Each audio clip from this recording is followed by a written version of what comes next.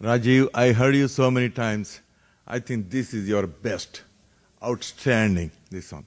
I think we should give him a big hand. I think. Yeah. Talking about digestion. Now, recently in India, these conversions coming called inculturation, right? And is this another form of digestion? They follow now Mary Mata festival. They break coconut like Hindus. They put garlands. Now they call even the Devalayam, Christ to Devalayam. Everything, they are imitating Hindus. And this is another form of digestion? Yes. The way digestion works is that the predator wants to remove and minimize the differences between his views and his style and the other side to create a comfort zone. So it is that, okay, I'm not different, I'm not European, I'm not English speaking, I'll speak Tamil and I'll speak Hindi and I'll wear dhoti and I'll do these things and I'll have women have bindi also and all of this stuff. And so to make you culturally comfortable, and this idea is that outwardly we are like you, but we have a different chip inside. So it's biblical Nicene Creed inside that chip. But outwardly we'll break the coconut, we'll do all the things that make you happy. You want us to take off our shoes in the church, we'll take off our shoes. You want to serve sacred food to Mother Mary and call it prasad, you got it. Anything that doesn't violate the Nicene Creed, we will take it. What violates the Nicene Creed has to be excreted, can't be consumed, eaten up by us, otherwise it will poison the Christianity. And this inculturation is very dangerous because a whole lot of our people are getting duped into it. They're getting duped into it, and our gurus who've said everything is same means that you can't even argue there's something wrong with it because they'll say it's the same. I have a relative who had some economic problems, very well educated. He used to work for Lucent in New Jersey, very smart guy, highly educated. He had some economic problems and family marital problems and all kinds of things. And ours is not a very community oriented where people get together and help somebody. So he was sort of left on his own. And then these problems worsened and people said he's talking weird, and I was the only guy who could figure out there's some kind of a religious thing going on in his head, a religious shift in his head. And he would come to these Indian marriage events wearing collar like a priest, Christian priest, we're carrying the Bible and reading it out. And then he would say it's the same as Gita, don't worry. All our people were saying don't worry, he's just saying it's all the same anyway. That's our people saying. And one day, we were at somebody's birthday party at a restaurant, a long table, a lot of people sitting. This guy was there.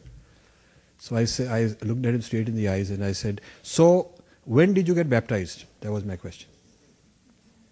I just guessed that I probably am on the right track.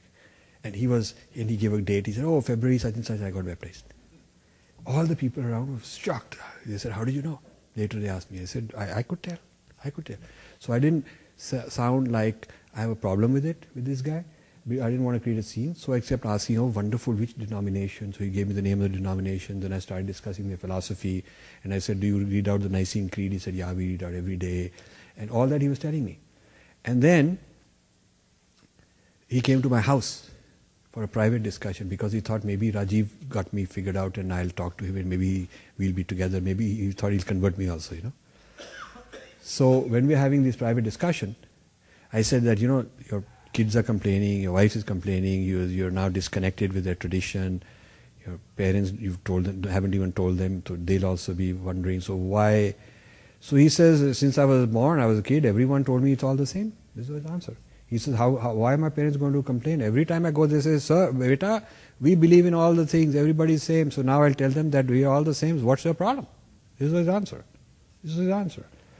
And half the Indians in our gathering, in that group, all these Indians are Hindus, half of them said, actually we agree with you, what is wrong? What is wrong? So we got really confused people. Until you can get into the cause of the problem, which is the importance of being different. What is your identity? Who are you? Why that matters? Unless you understand that, it's a losing battle. Because you can keep arguing all you want about preserving tradition and all that, but they don't get it. They think that, okay, if my kids grow up and, mosque is just another path. All paths lead to the same goal. Truth is one called by many names. We heard that this morning also. So this confusion is the cause that we can never get mobilized. First of all, thank you very much for a very, very enlightening lecture. And the question is in two parts. The first one is, do you think the rate of digestion is higher in India or outside India in terms of Hinduism as a religion? And the second question is, which institutions or groups you think would play the most viable role in stopping it or in reducing its acceleration? Thank you. This is a wonderful question. Honestly, the Hindus in India and the Hindus in the US are competing for who gets digested faster.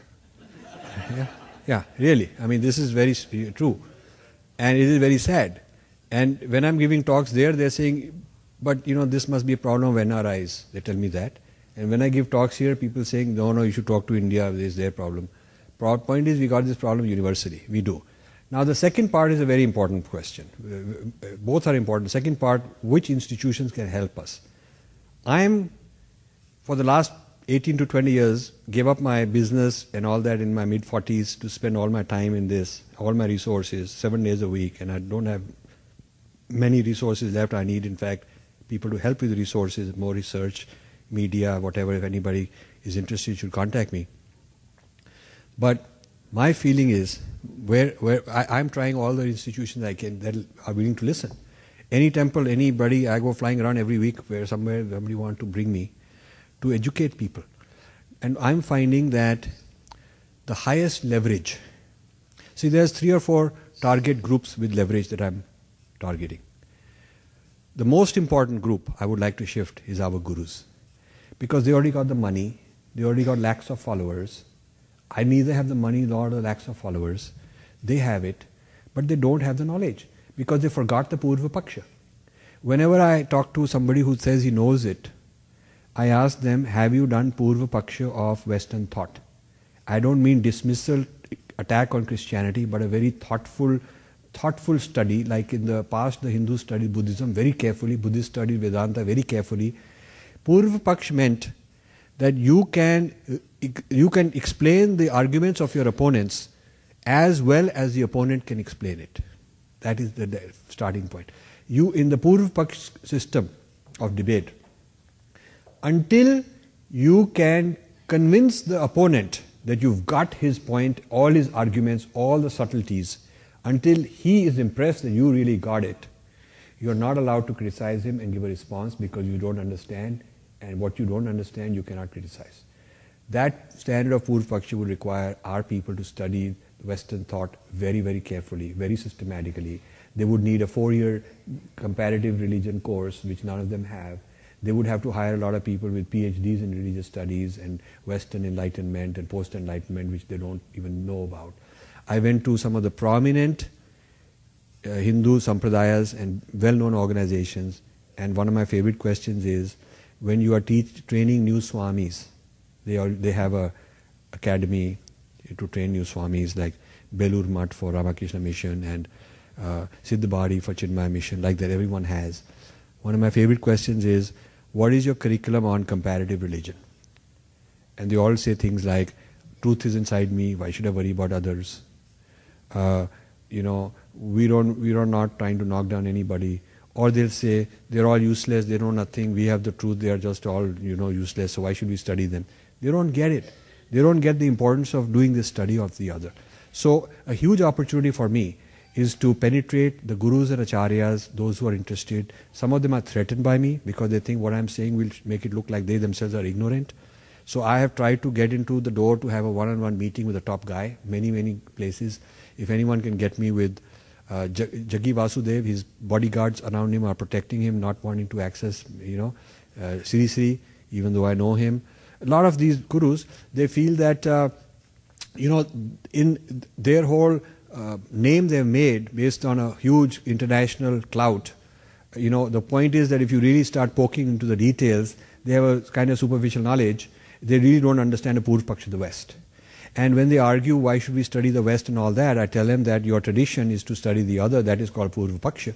It's just that for the last 1,000 years, since Islam came, we didn't do Purva Paksha. Since Christianity came, we didn't do Purva Paksha. When Marxism and Enlightenment and all these Western, secularism came, we did not do proper Purva Paksha, and we are paying the price. Without Purva Paksha, our tradition would have died to the Buddhists also long ago. We did Purva Paksha, the methodology of understanding the other on our terms and being able to answer him and create the difference, understanding difference, being different, so that we don't get digested. Purva Paksha is our methodology. It's a very solid Hindu methodology, and our people need to get back into that. So if there's one thing I want to do, I want to establish a tradition, revive a tradition of Purva Paksha in our sampradayas, in our guru lineages, and Purva Paksha not of Buddhists because they're not threatening us, Purva Paksha of Western thought, Purva Paksha of Islamic thought is what we have to do, Maoist thought. We have to do Purva Paksha on our terms and how to answer back. Yeah. So to me, those institutions of religion, of our dharmic centers would be the most important. Then I'm trying to get into academics.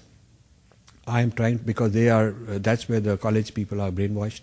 And academics both in the US and in India keep having talks and put them up on YouTube and so on. Academics would be a great thing. And then, organizations like this, where at least the people are already into dharma. Now they need to learn Purva Paksha. So people who come here, I don't have to explain to them and argue for dharma. They already are. I just have to explain to them, educate them about the Purva Paksha of the other civilizations, how to talk back, how to answer back, how to explain our side to them. So that's a very good one. Media would be fantastic, but I don't know how to get in.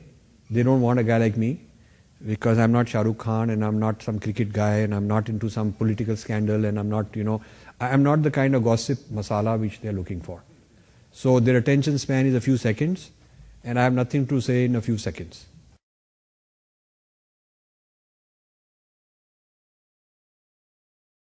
Raju, congratulations and thanks for all the exposition.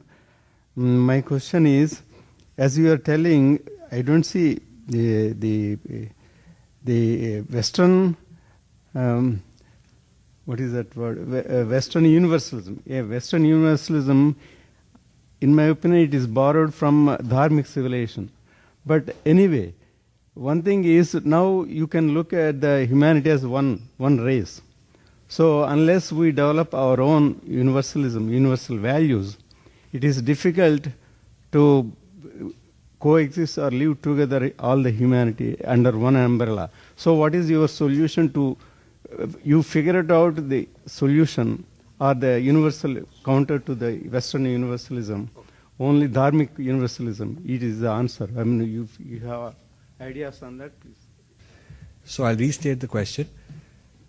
He says several things. One is that Western universalism is derived from our ideas. Maybe, maybe not, doesn't matter.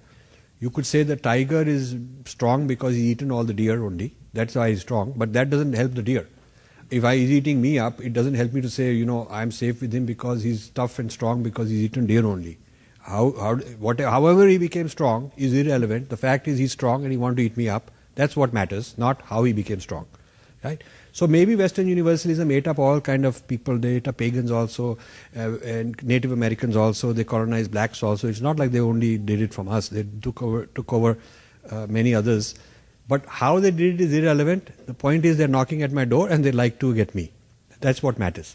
Now, the real question you asked is, if humanity is to live as one, we need a coexistence architecture. We need an open architecture where all civilizations and cultures and diversity can coexist.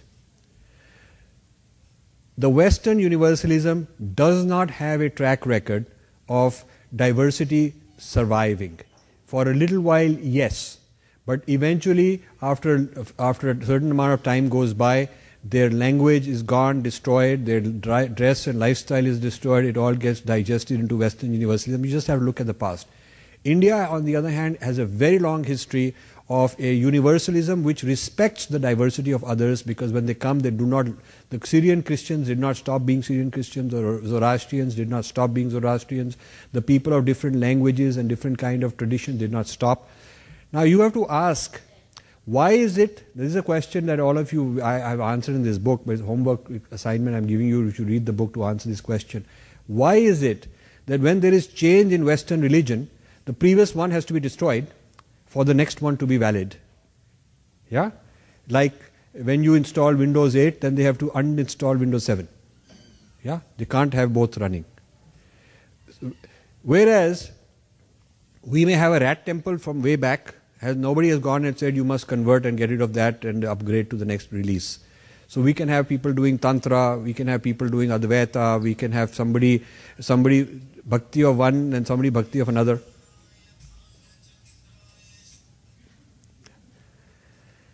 We have people of many strata, many historical times, old faiths, new faiths, newer faiths, newer faiths, and yet they are all coexisting. Why is it that in our case, for the new release to be valid, they don't want you to uninstall the previous release? That can also live in you. Very interesting. Very interesting. Even in the same family, you may be practicing something which is kind of a new kind of a thing that is evolved in our dharma, and your mother may be practicing something else, your grandmother may be practicing something else. Nobody is going to say that you make everything uniform and bring it all in line, one. This is a very important question answered philosophically, why for the other side it is necessary to have this uniformity, one, no diversity of views allowed. Why can't I have an Ishta Devta of this kind, that kind, that kind in those religions? Even among themselves. Why isn't there, like we have so many unified temples like this one, where so many Devtas, why couldn't you put Mary and then put something about the Kaaba and then put some Jesus, Star of David? And even among the Abrahamic religions, why couldn't you have a unified house of worship? You can't. There is a philosophical reason why the validity of X, the legitimacy of X, requires falsifying Y. You have to falsify Y, otherwise you are not legitimate. This is not an easy, it's not that they are bad guys. This is a requirement by edict. Requirement. You must understand it very detailed. So pluralism and multiculturalism within Western universalism is a facade. Within the Western secularism, you can tolerate others. Tolerance is an insult. Tolerance means you're no good, but I'll put up with you. You're going to hell, but you know what, I'll put up with you. It's an insult if somebody says, I'll tolerate you to have dinner next to me. Sit next to me and you can eat dinner, I'll tolerate you. What an insult. You'll say, what's wrong with me? Why you have to tolerate me? Our term is mutual respect. Mutual respect for difference is a very different concept than tolerance. When you ask a Christian, what is your policy on pluralism? What is your policy on those who are not Christians, who are doing something different? And they will say with great pride and say, oh, we have a policy of tolerance. They'll say that. You say, yeah, but in your office, would you like someone to say, I tolerate you next to me? In your house, suppose your spouse says, I tolerate you in the house. It's an insult. It's an insult. I'll have many stories I'll give you some stories very interesting. I was invited to a major university in California starting a world religions center, and they wanted a member of each religion to come, and they wanted to declare peace and harmony and have dialogues. This was in the 1990s. So they put me on the board of advisors as the Hindu, and when they were launching this event, this place, all the dean came and vice chancellor and provost, all these guys were there. So they were all giving speeches. And they had drafted a resolution that all these religions that are represented hereby pledge to have tolerance towards each other. So when it was my turn, I proposed, I was the only guy who actually disagreed. They all agreed and they all clapped. I said that I would like to request one change, remove the word tolerance and put in the word mutual respect. I said the difference is, if I respect you are legitimate. If I merely tolerate you, I feel you are no good, you are evil, you are going to hell, but I'll put up with you. And I want mutual respect. Now this created a big stir. after this, I had to leave for personal reason. I came back home. I got a call from this lady who was head of this whole organization. She called me and she said, Rajiv, you really created a big commotion. I said, what did I do? He said, you asked for this mutual respect. And now they're all debating whether we can do it or not. So I went and told this to Swami Dayananda Saraswati, Arshavidya Gurukulam. Many of you probably know him. He said, that's a good idea. We should want mutual respect. So then, year 2000 was the United Nations declared a Millennium Summit. Some of you might remember. All the leaders of all the world religions were invited by the United Nations. Baba Jain was head of that group. And under Kofi Annan, they were going to declare world peace and all the religions will have harmony and whatnot. And this millennium will be the millennium of peace. That's what's going to happen. So there was a resolution which had been drafted, and in the resolution it said that we all declare tolerance for each other. So Swami Dayananda Saraswati, since everybody had to approve, he crossed out and put mutual respect. And then the Vatican guy, when he would get it, he would cross it out and put tolerance. And this went on. And New York Times reported that there is a serious risk, there's a deadlock of language, some technical language, people are quibbling, they didn't give details. And therefore there's a real risk that the summit may collapse without a resolution, and it will be a big embarrassment for United Nations. So this went on, and they kept putting pressure on Swamiji. Swamiji dug his heels and said, no, I want mutual respect. Tolerance is not good enough. So at the 11th hour, the Vatican blinked and they passed the resolution with mutual respect. And everybody thought, wow, which is very great. But the stories didn't end there. About a month later, after everybody's gone back to their home, the Vatican issues a clarification, official. And the head of the Vatican delegation was Cardinal Ratzinger, who later became Pope Benedict, the current Pope. So it's not a small fry. He was a big shot even then. He was head of Vatican's external affairs, anything to do with the outside world, interfaith and whatever. He was the head of that. And then he later became Pope, and they changed his name to Pope Benedict. He was called Cardinal Ratzinger. He's the one. So he's the one who ultimately signed, and he's the one who then issued a clarification a month later.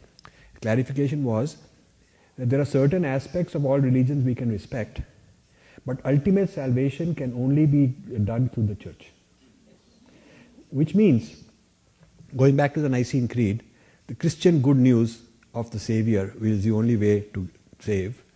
Others can take you from kindergarten to 5th grade to 10th grade, high school, but if you really want to go to the highest level, the PhD level, the ultimate level of being saved, you have to come through us.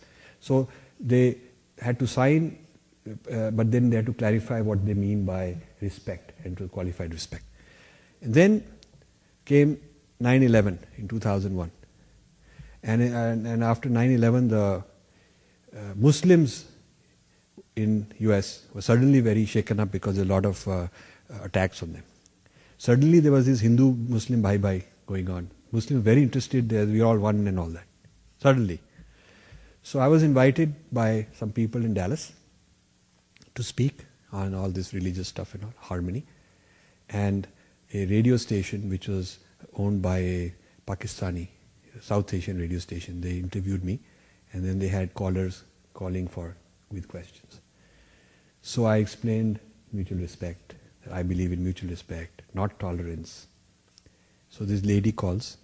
Later I was told she's a well-known activist, Pakistani activist, big community leader in Dallas. At the time I didn't know who she is. So she calls and says, Rajiv ji, congratulations, welcome to Dallas. On behalf of all the Muslim community, I want to thank you for your great statement about mutual respect, and I tell you, we Muslims really believe in mutual respect also. Okay? Very good. So you see, this is where most Hindus would not take it further. You have to push it further. So I said, I'm very glad that you respect me, and I'll explain what all my faith entails that you are respecting. And I mentioned all the things that they are banned from doing. So I said, So I said, I'm very glad that you respect me. So let me explain that my faith, I do worship images. We believe in karma and reincarnation, not eternal paradise or hell after one birth. And the divine can be also worshipped as feminine. So she hung up. You see, I had to call her bluff. So this is the point, the tradition of mutual respect. I always tell when I'm arguing with the theologians from Christianity and Jesuits, which are doing all the time. Hindus are afraid of doing this, but I have enough Purva Paksha on them, I can do it. So when they say, when we are talking about how open-minded they are, this and that, I always make offers which they can't accept. This is a strategy. You make an offer which is very equal. I'm doing this for you, I'm giving you $20, you give me $20. Now you can't say no to that, right? So I say these kind of offers. So I say, for example, I'll get you a Hindu community and a temple where we'll have a quid pro quo, reciprocal relationship with your church. We will install Jesus as an Ishta Devata, and in your church you will install our deities as divine. Will you do that? No way. Now, I can go on, but to save time, I'll just refer you. You go to my website of this book, www.beingdifferentbook.com, beingdifferentbook.com. One of the tabs is called videos.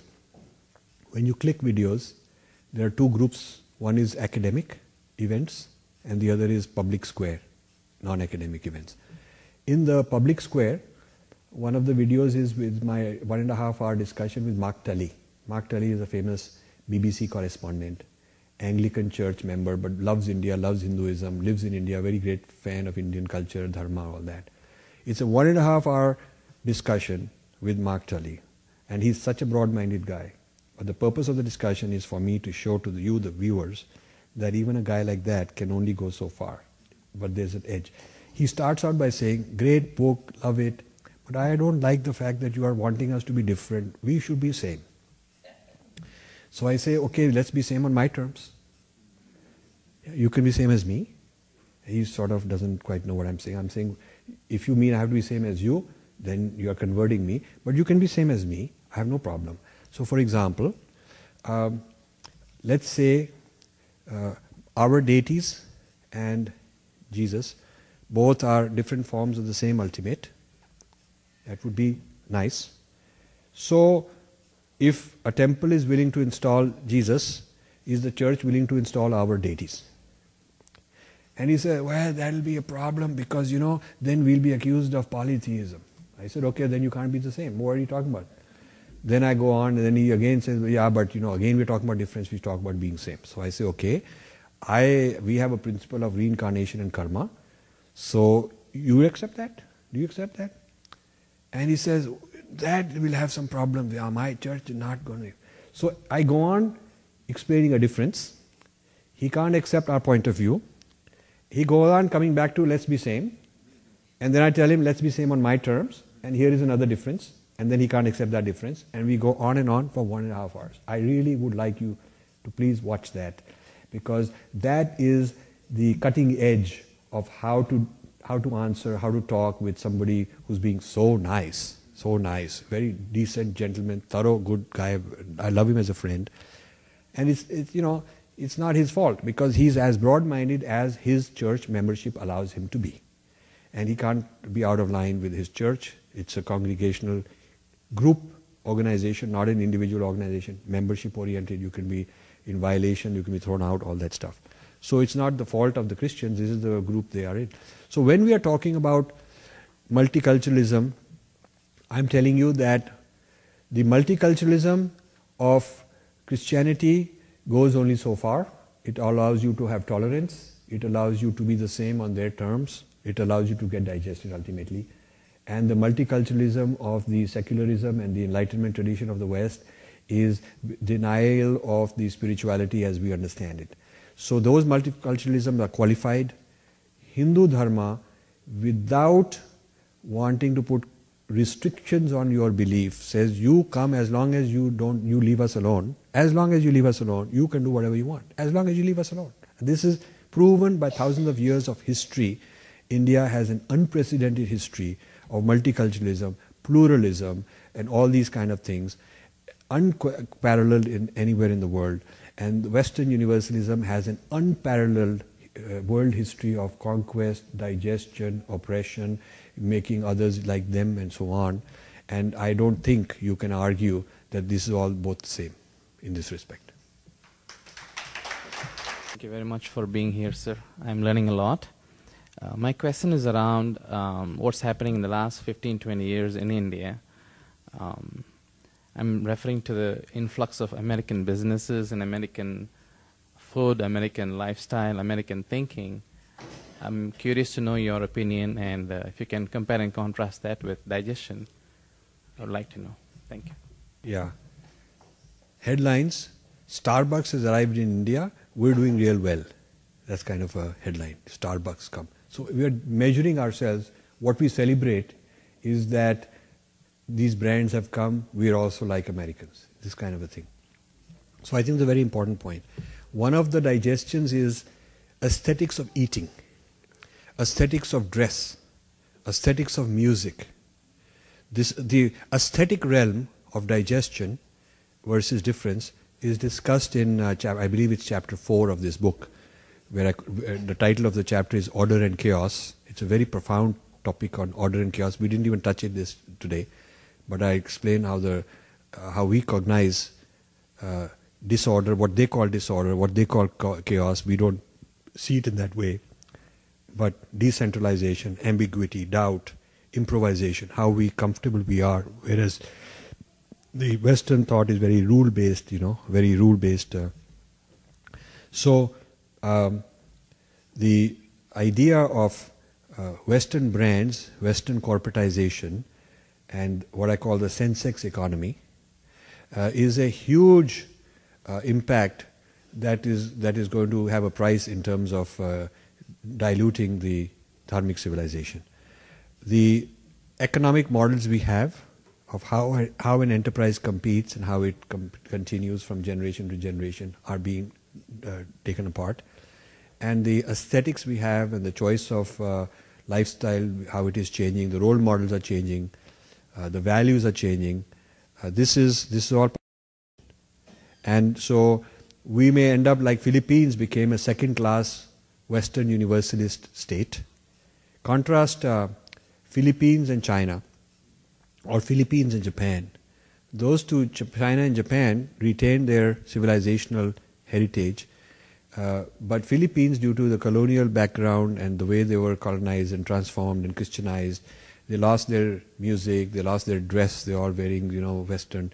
And so they, except for people in the villages who are poor, the more metro-oriented people, they are 50 years ahead or 75 years ahead of India in terms of becoming Americanized.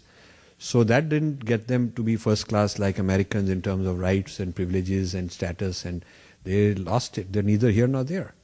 So the lure of Western universalism, being digested into Western universalism, makes you a second-class person in that universalism, because you are not on your own feet on the foundation that universalism has. They have understood themselves, their history, their way things work so much better that you are always an outsider.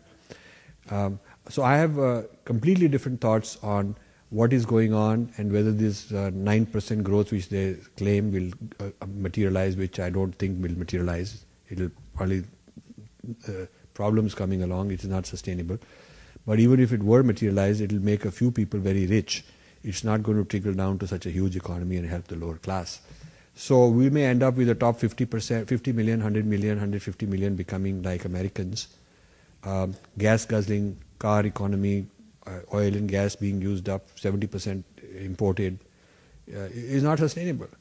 So the lifestyle, which is highly sustainable in India for the Indian climate, for the Indian way of life, Indian values, you import and graft another lifestyle, it is just not possible to make Indians Americans. It is not going to be happening.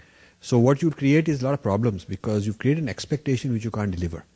If you create an expectation and deliver it, that's a different matter. Then we could argue whether it's good or bad, but at least it's achievable. You cannot make... India has 9 times the population density. 3 times the population, but 1/3 the land. So 9 times or 10 times roughly the population density of United States.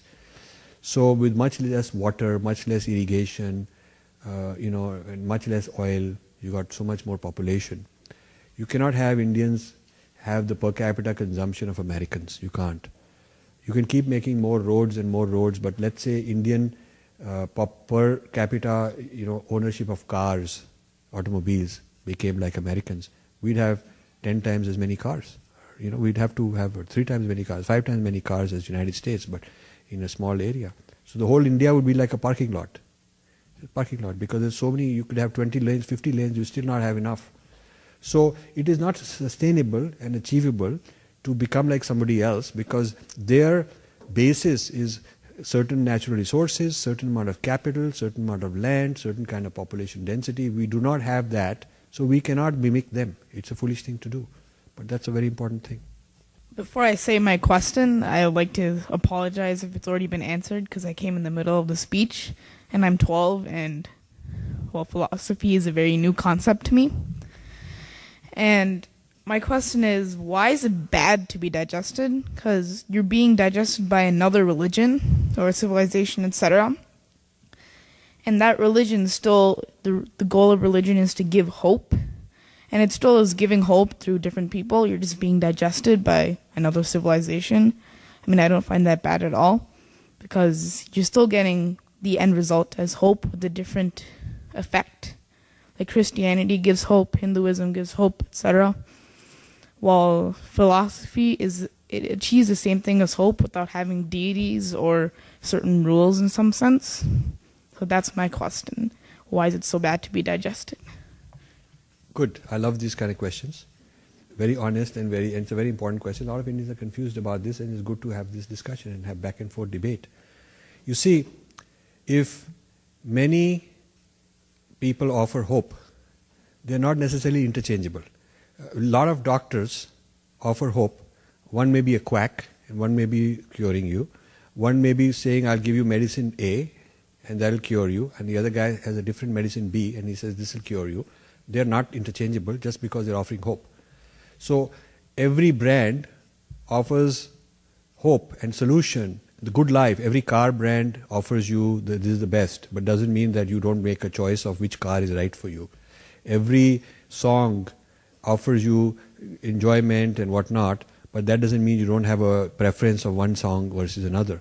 So if you have many claims, many ideas, many religions, many faiths, just because they're all offering you hope doesn't mean that they are all the same.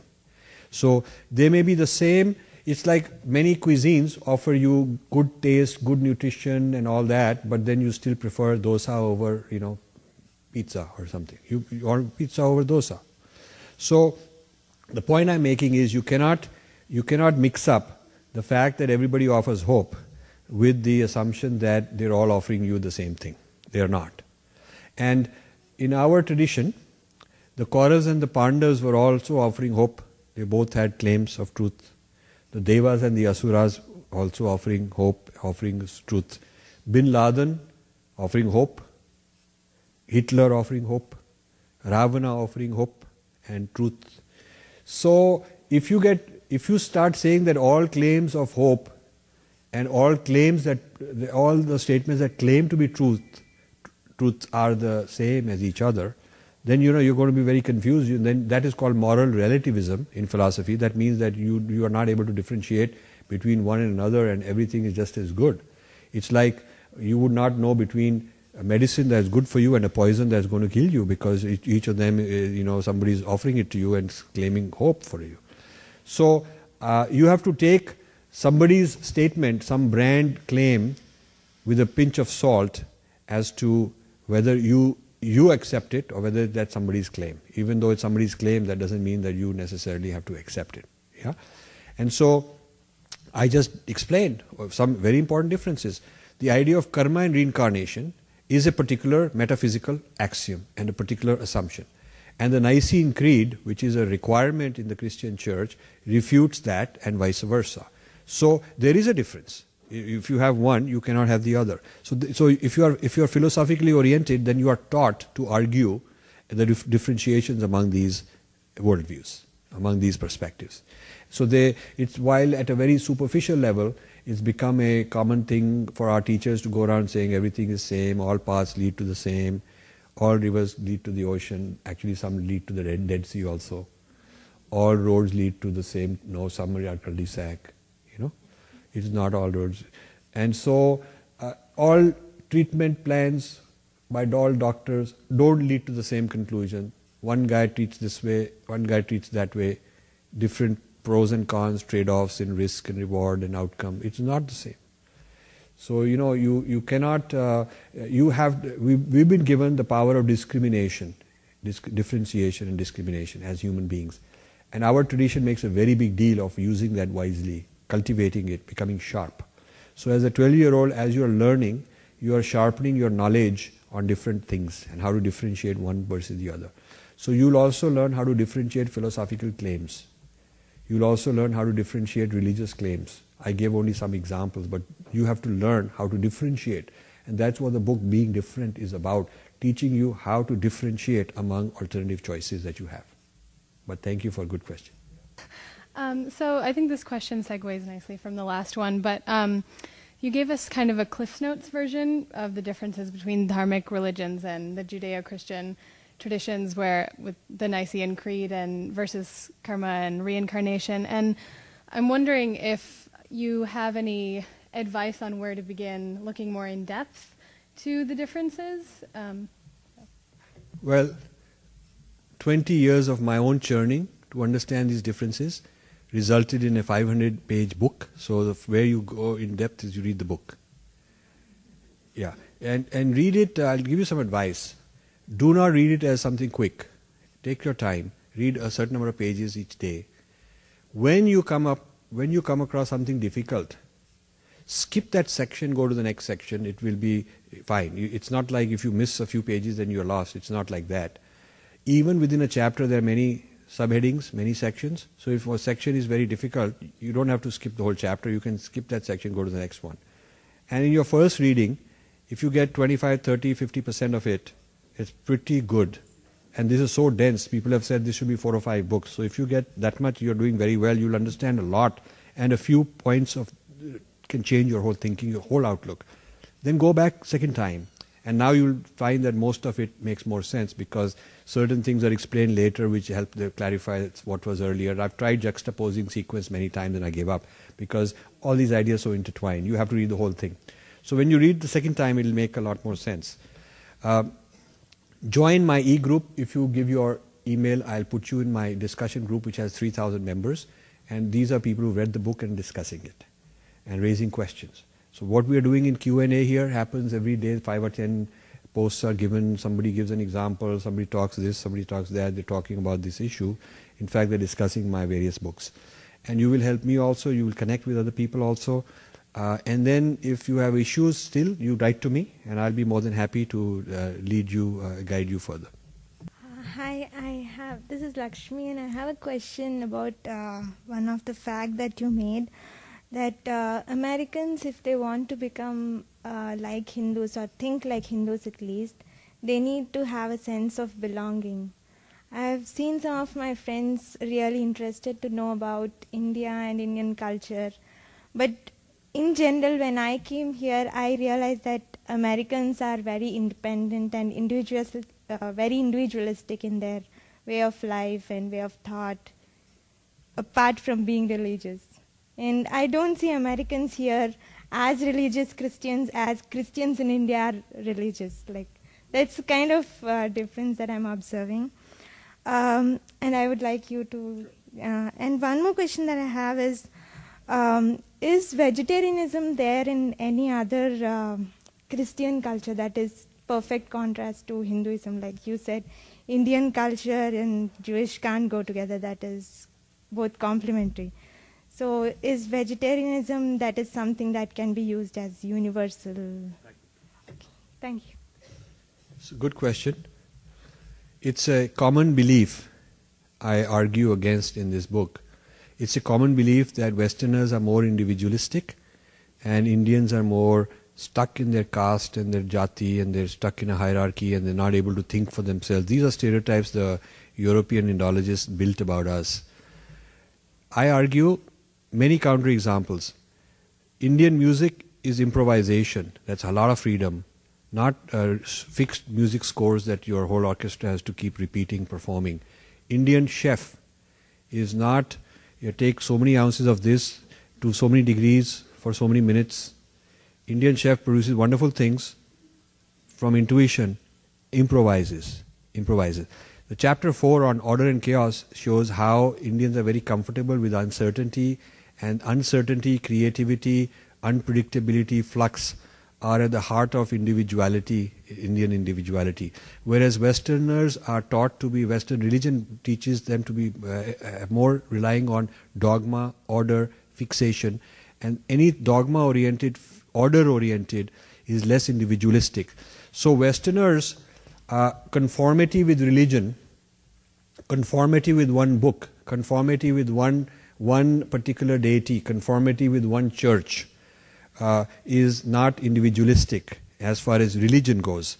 They may be more individualistic, they'll have their high lifestyle and have money, and they can have hairstyles and clothes and travel around and say, I'm very individualistic. But those who are Christian have very little improvisation, whereas I as a Hindu have much more flexibility in my Ishta Devata. I can do this ritual or do that ritual or whatever. I am not led by a congregation, one guy teaching, everybody has to comply and obey. And this comes from a whole history of obedience. God in Christianity, in Judaism, Christianity and Islam, the primary idea is obedience. Primary idea. And the human disobedience by Adam and Eve, and disobedience by others, and disobedience by others is called sin. So the whole story is God's edicts for obedience and man's disobedience creating sin, and then the resulting outcome of that, and the three Abrahamic religions have different versions of that single idea. God's obedience, man's disobedience, and all the problems that come out of that. So this fixation with the obedience as the ideal rather than going inward. See, if my faith says that I cannot go inward and have my observe, watch my own consciousness and get my own insight, that would be very individualistic. But if my faith says that I have to copy the history of that guy and what he said and basically obey that, I'm being less individualistic, more following a certain institutional method. So while Westerners are more individualistic in business, in commerce, in freedom, in travel, these kind of things, when it comes to religion, Westerners have very little freedom to deviate from their particular denomination's demands. Indians are not denominational. You go and look at a church has a roster of members.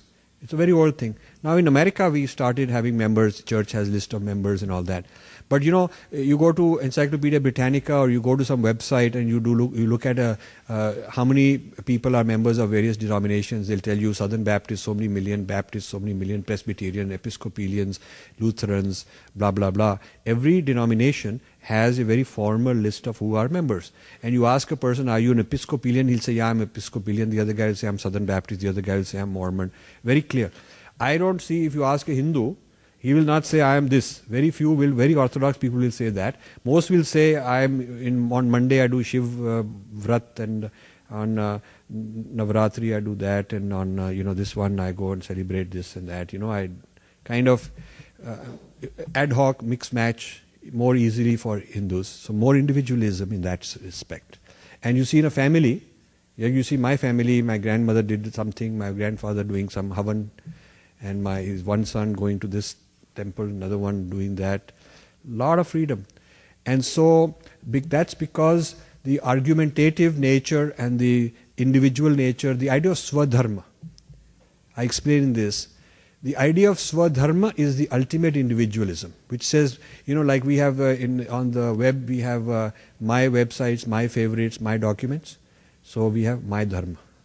Okay. So just like on your desktop is individualized and is not one uniform for everybody. You can have your desktop, you can have my favorites, my whatever. In the case of spirituality and faith, I can have my tradition, my dharma, is called Swadharma. Now you can't have my Christianity. You can't. There is the Christianity. For a Baptist, it is particular interpretation. He will not accept Lutheran in the same church.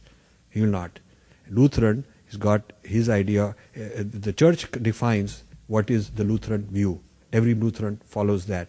The Lutheran website will tell you, to be a Lutheran, you must comply with the following rules. 1, 2, 3, you sign up for that. If you don't, you can't join in. So, this is belief-based. Belief is standardized, canonized, institutionally controlled. Institutions, a given church passes resolution on do we allow gays or not. And that becomes the institutional position. All the members follow that. There is dissent, argumentation, and then they keep putting it back for vote, and one day it gets turned over, and that becomes the new policy. Should women become priests or not? Each denomination got a policy. That's the policy. We don't have policies like that. We have guidelines, but even Manusmriti says that the highest dharma is your swadharma, your dharma. Then, so there's many kinds of dharma. There's jati dharma, which is sort of uniformed by the elders of the jati. There's varna dharma, there's ashram dharma, there is your dharma for your desh, and then the ultimate dharma is swadharma, my dharma, based on my guna, my conditions, my circumstances, my state of evolution.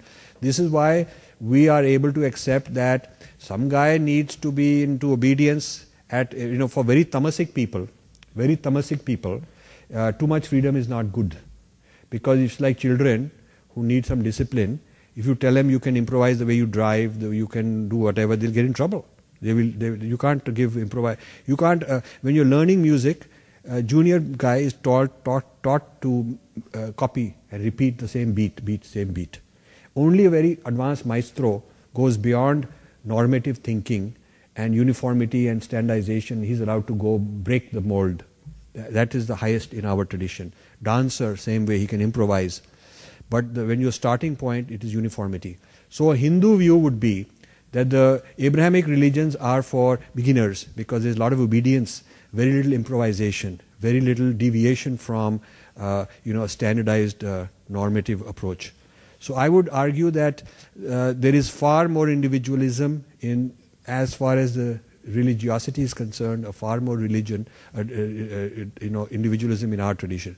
I also explain in this book, dharma cannot be equated as religion for this very reason. Because religion is conformity. And that conformity is, God gives this one final prophet or one son some edicts, and that has to be followed, and there's no such thing as I had an enlightenment experience, I'm following mine.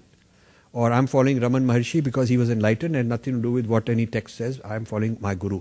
The idea that there is a living master who is enlightened is very scary to the Abrahamic religions. Because in the Abrahamic religions, you might not know this, but to be a saint, one has to be dead. You can't have living saints.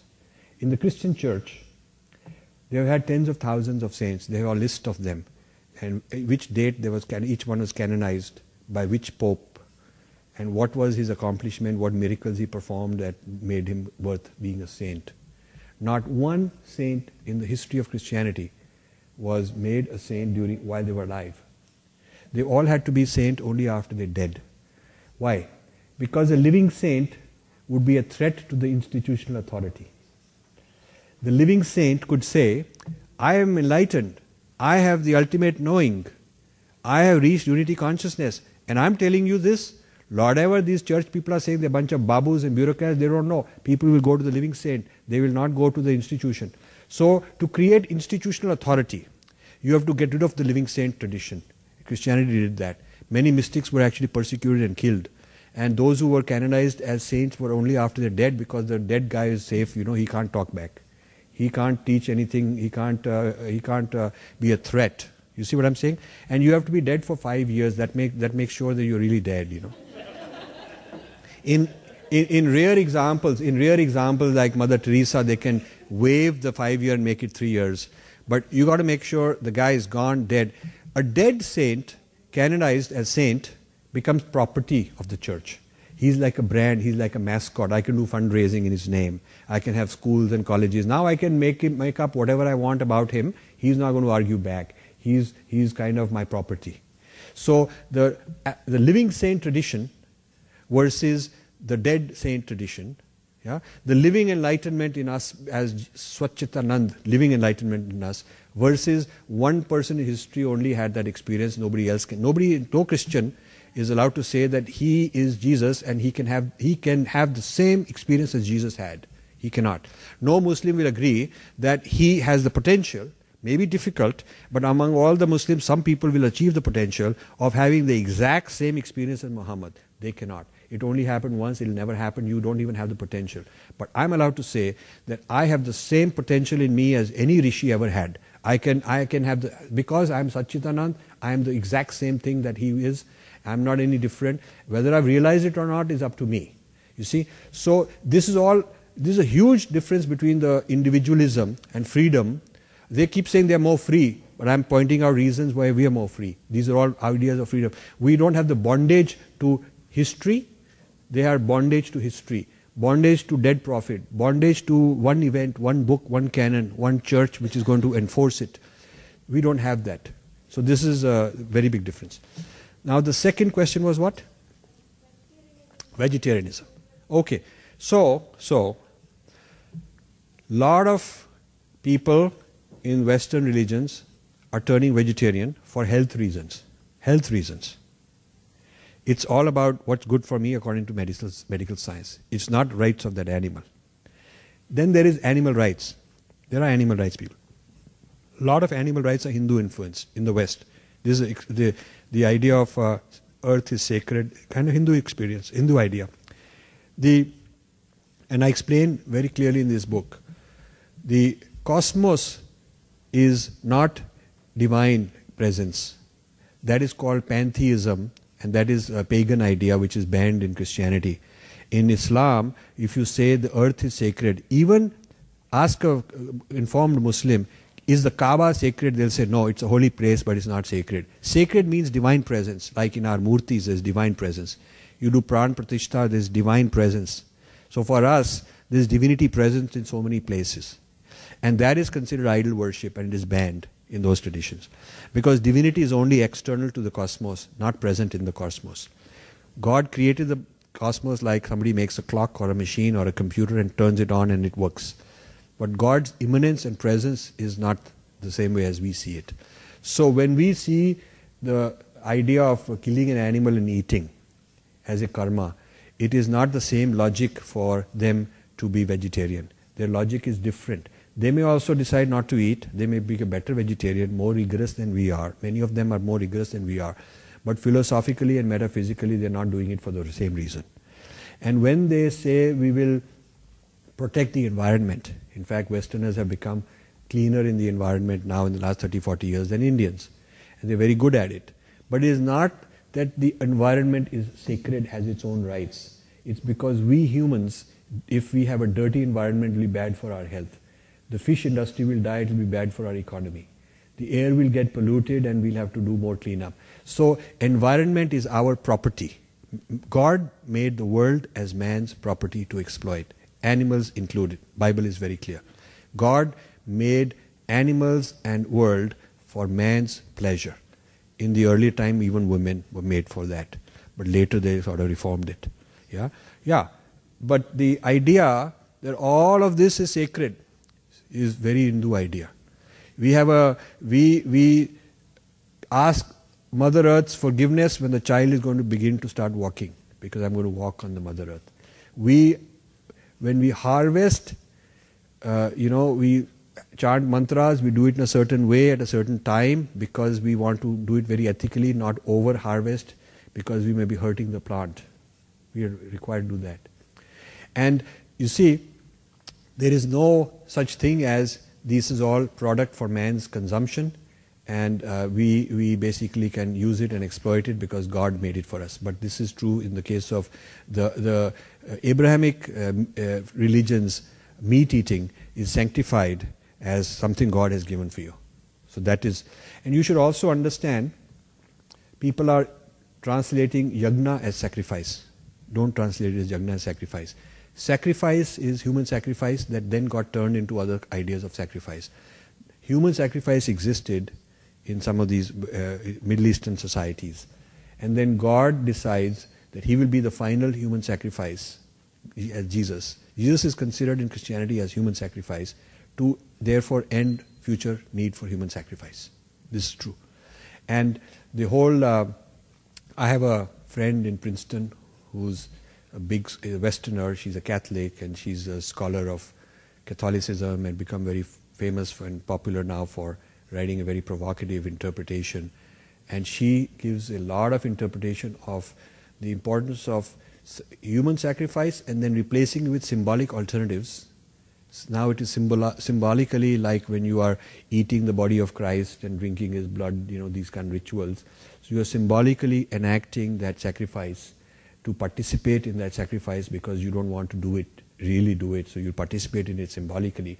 How the whole system based on, number one, obedience, edicts from God, number two, man's disobedience turning into sin, and then the remedy is sacrifice.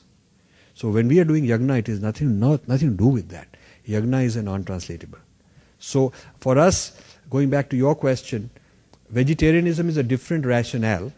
Sometimes you have different rationales leading to the same end result in terms of what you do, but your thought process is quite different in that case. No Westerner would say that, this, like I had a dog who died 2 years ago, and I had a lot of experiences about this being a child from a previous life in our family. And so many times everybody in the family felt that there's something very amazing about this dog's presence. Now, Christians, Jewish, Islamic people can't relate to that, can't understand what this guy is saying.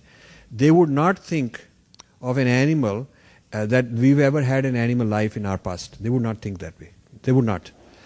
But when Buddha got enlightenment, and a lot of Hindu enlightened beings felt the same way, Buddha says, I recall, I have been a butterfly, I've been an insect, I've been an elephant, I've been this, I've been a snake, I've been a rat, I've been this. I recall all that. And I've been in this race, and I've been in that race, I've been born in this tribe, that place. He had a sudden, instant flash of past, thousands of lives, all happening now. He experienced that. So our tradition is that you are bringing in your prarabdha, in your deep, deep unconscious, you're bringing your collective experience of so many lives that are shaping who you are. So our relationship with animals and plants and sacred nature is very, very different than these other traditions, even though they may be vegetarian. I'm sure we can spend the whole night here. I'm just going to have 3 more people who are waiting ask their questions, and we'll wrap it up. And maybe you can talk to him personally. While listening to a very informative lecture, I would like to ask some devil's advocates questions. Number 1, non-Hindu complaint about assimilation of Hindu octopus by Hindu octopus, number 1. Number 2, they say, while you are talking, the philosophy is good, but your social system is so indiscriminate and inhuman. Number 3, if it is of sacrifice, what is the sacrifice of Bali in the Yajna? And they claim that before the Shankaracharya, Hindu used to eat meat. It's compulsory after the Shraddha. Can be Hindu reject karma and punarjanma theory and image worship and being Hindu? Okay, so I'll have to first remember which one is which question. What was the first one? Octopus. So Hindus also assimilate. There is in chapter 4, I've described Hindu acculturation contrasted with Western digestion. I explain that. I explain the Hindu acculturation contrasted with Western digestion. The difference is illustrated when a lot of Hindus and Buddhist thought got exported to China, Japan, Southeast Asia. There was no invading army imposing it. Those guys brought it in. They sent their students, like we sent students to Harvard to bring back knowledge. It was not imposed on them. There was never an attempt, when India was very strong and powerful compared to these other Asian countries, there was never an attempt to install a governor and collect taxes from them, like the Westerners did. So the circumstances under which the knowledge was exported, the culture was exported, was not power-oriented. Historically, the West did that for power-oriented. Expansion of Christianity, Islam, all with the sword. The Hindu did not try to change the history of the Chinese, even when the whole Chinese became Buddhists and they looked at India as the mother civilization, or Japan or Mongolia or any of them. The Hindu did not impose their language, replace Mandarin, give them a new sense of history, install viceroys. So it is very different than the spread of Western universalism and the spread of Islamic universalism, where it was control oriented, change the language, change the history, make them point to Makkah, that kind of thing. We never said point to Banaras and all those things, never did that. So the Hindu octopus which assimilates has had a different characteristic. It is more like, I'll assimilate you, but once you've been assimilated, you will retain your identity as part of me. It's kind of like that. So, in fact, I would say there is an opposite criticism. Opposite criticism is we assimilate the guy and we let him be his own jati. Rather than saying now you no longer have to have the jati. It works both ways. If you assimilate the Western way and you eliminate his distinctiveness, in a sense you've destroyed that distinctiveness, but in a sense you've also destroyed the basis for prejudice against him. You see. So whereas in our case we've said you can join, you can not join, you can retain your identity, you can call a new identity, but we're not imposing a one uniform thing on you. So this is my response to the first issue. Second issue is a big difference between the ideal and the lived reality of society. This is very true. This is true of all cultures. You might not, we know about the history of Christian slavery and all the way. We know the history of what happened to the Native Americans. The Pope sanctified killing them, genociding them because they were not considered proper human beings, even the Native Americans. So we know that this difference between ideal and lived reality is there in every culture. And the importance of prosperity and material mobility in this, because those who are prosperous can afford more mobility and better lifestyle for everybody. And when you have a small pie being fought for by a lot of people, then you have more exploitation opportunity. And you might think that even in Islam has no racism and prejudice and caste system, but Islam does. Islam has the Ashraf. You should search A-S-H-R-A-F, Ashraf, and Ajlaf. The Ashraf are said to be those Muslims in the Indian subcontinent who came from Arab, Persian or Turkish origins.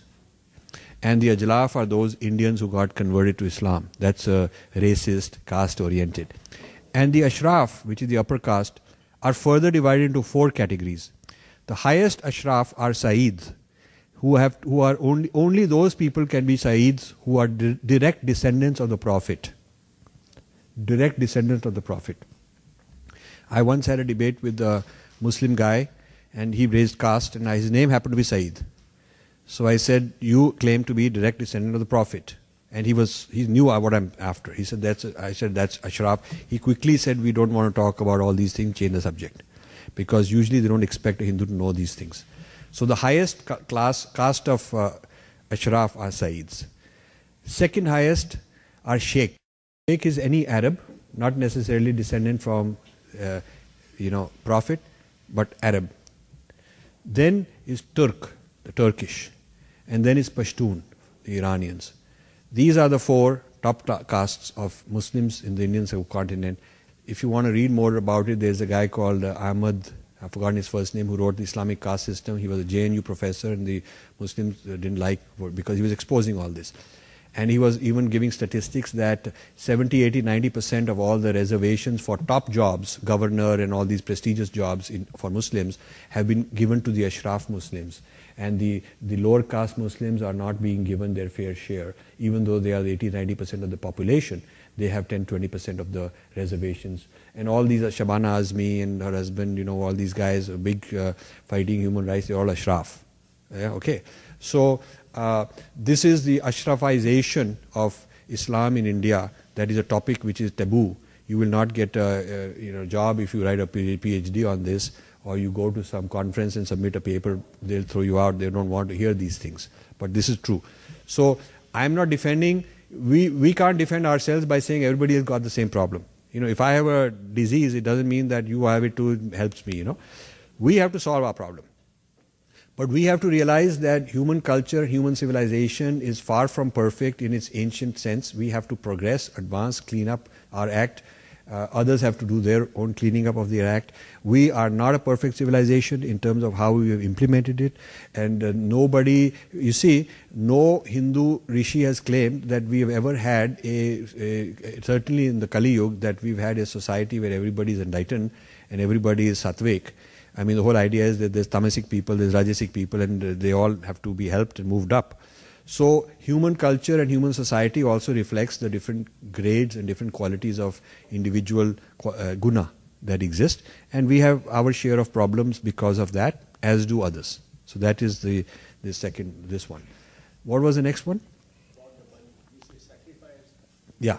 Okay. We've had, the thing about Hinduism is, you will find something or other in a text or in a practice of every kind there is.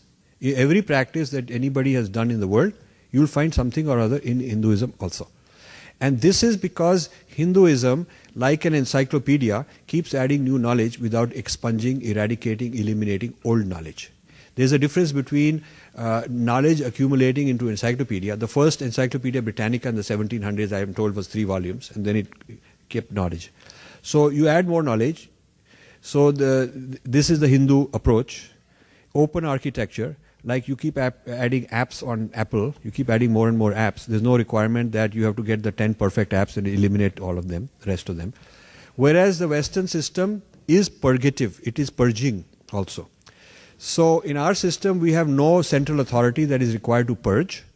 We believe that human consciousness is at all levels, from very useless, bad type to all very advanced human consciousness, because the divine has manifested and is evolving. So you will find people at all these levels. And you will find mention of all these practices, and you will probably find some weird guy somewhere doing it also. You will go to Nepal and they're doing some sacrifice, some goat sacrifice, whatever they're doing. So Hinduism has many, many beliefs, many, many ideas, sanctified or not sanctified. Some are practiced but not interpreted. That is very true. The situation is very different in a centrally controlled, canonized, standardized, one book, one history approach.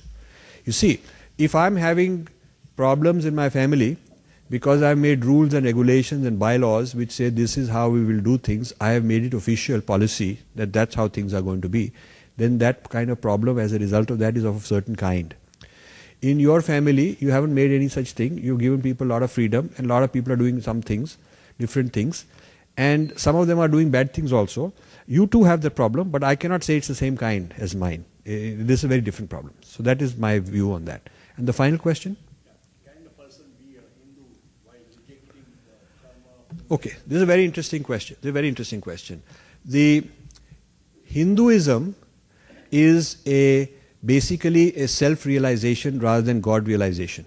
Therefore, when I start a discussion with people, they say, prove God. I say, I'm not even here to prove God. My starting point is not, is there a God, and why, which God, and who created, could he exist, and what not. That is the way the Abrahamic traditions start the discussion on religion. They started on God. Chapter 1 is always on God. And I start with, who am I? And so I ask the person in the audience, do you have doubt that you exist? And nobody wants to doubt that he exists. So at least we got one thing going, that some kind of I exists. The question is, who is this I? The only question is, who is this I? But there is no doubt that there is some kind of I. So at least I have a common ground with the audience when I start with self-realization, inquiry, rather than God-realization, inquiry. It's very different.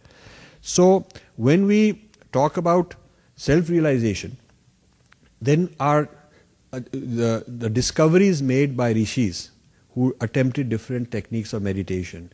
Some did neti, and they argued and reasoned, this, not that. Some did, vipassana, some did tantra, some did whatever. There are various systems of meditation were experimented. The way scientists in a laboratory experiment different things, and then what they discover they share with other scientists, and he tries it also, and if he validates it, he also likes it, and then it keeps getting transmitted to the next generation. And whatever doesn't work, people go reject it or abandon it and try something else. So it's this way, experiential, experimental self-discovery is the quintessential Hinduism. What you discover is valid as your truth. If you discover a way of higher consciousness, whether it is taught by somebody to you or you just discover it yourself, and that gives you anand, and you get that feeling of Satchitanand, then whether you believed in X or not believed in X makes no difference. So you do not have to believe in anything.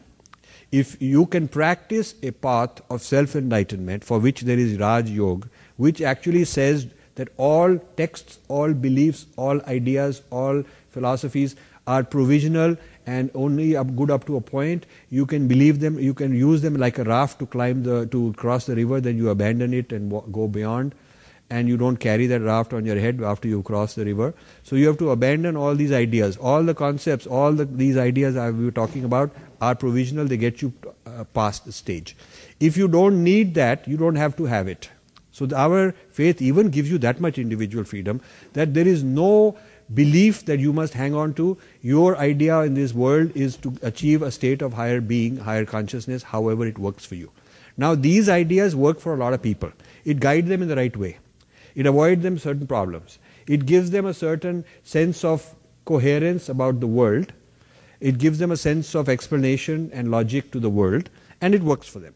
But many rishis did not have any such starting assumption or axiom, and they did just fine. So Hinduism does not box you into even these articles.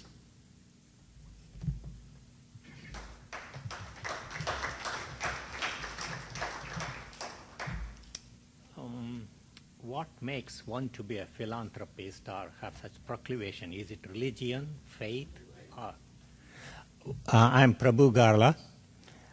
My question is, what makes one to be philanthropic inclination? Is it faith, religion, dharma, or something else?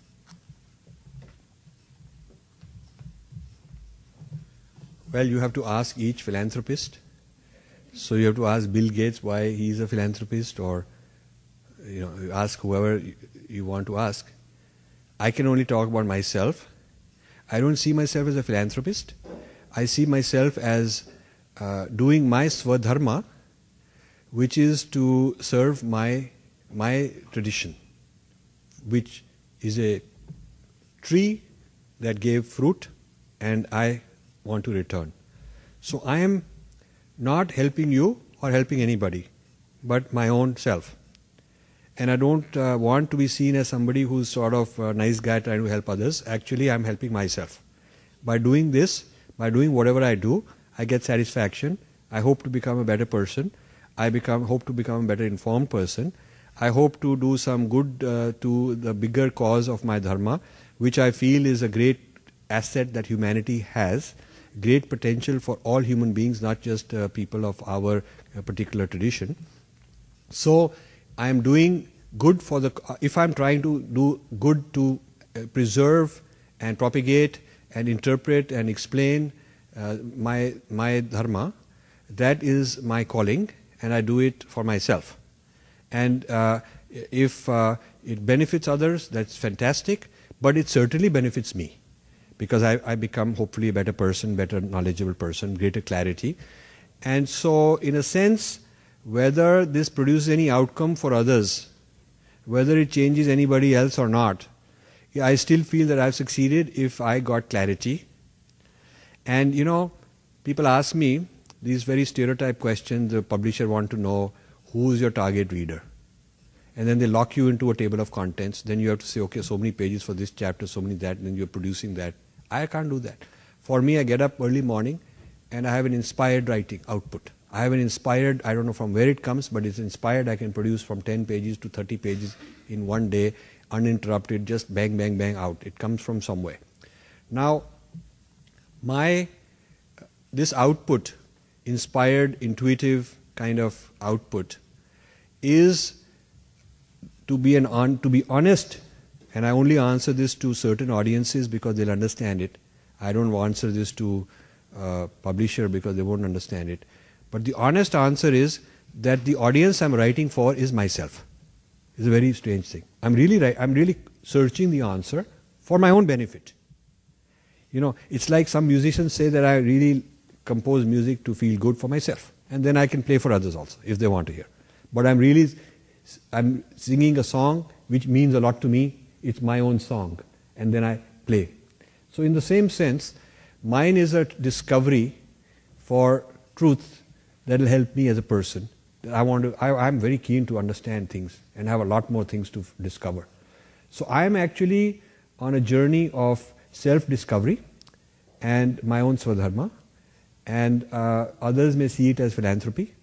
Others may see that, you know, he's trying to help others and maybe good at it or maybe no good at it. It really, at the end of the day, doesn't matter because I get a lot of satisfaction. I'd rather be doing this than anything else.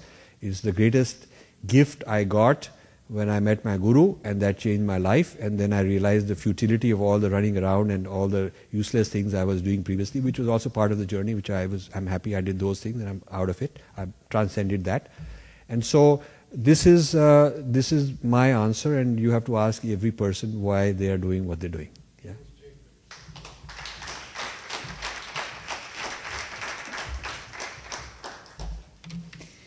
Just for that answer, namaste.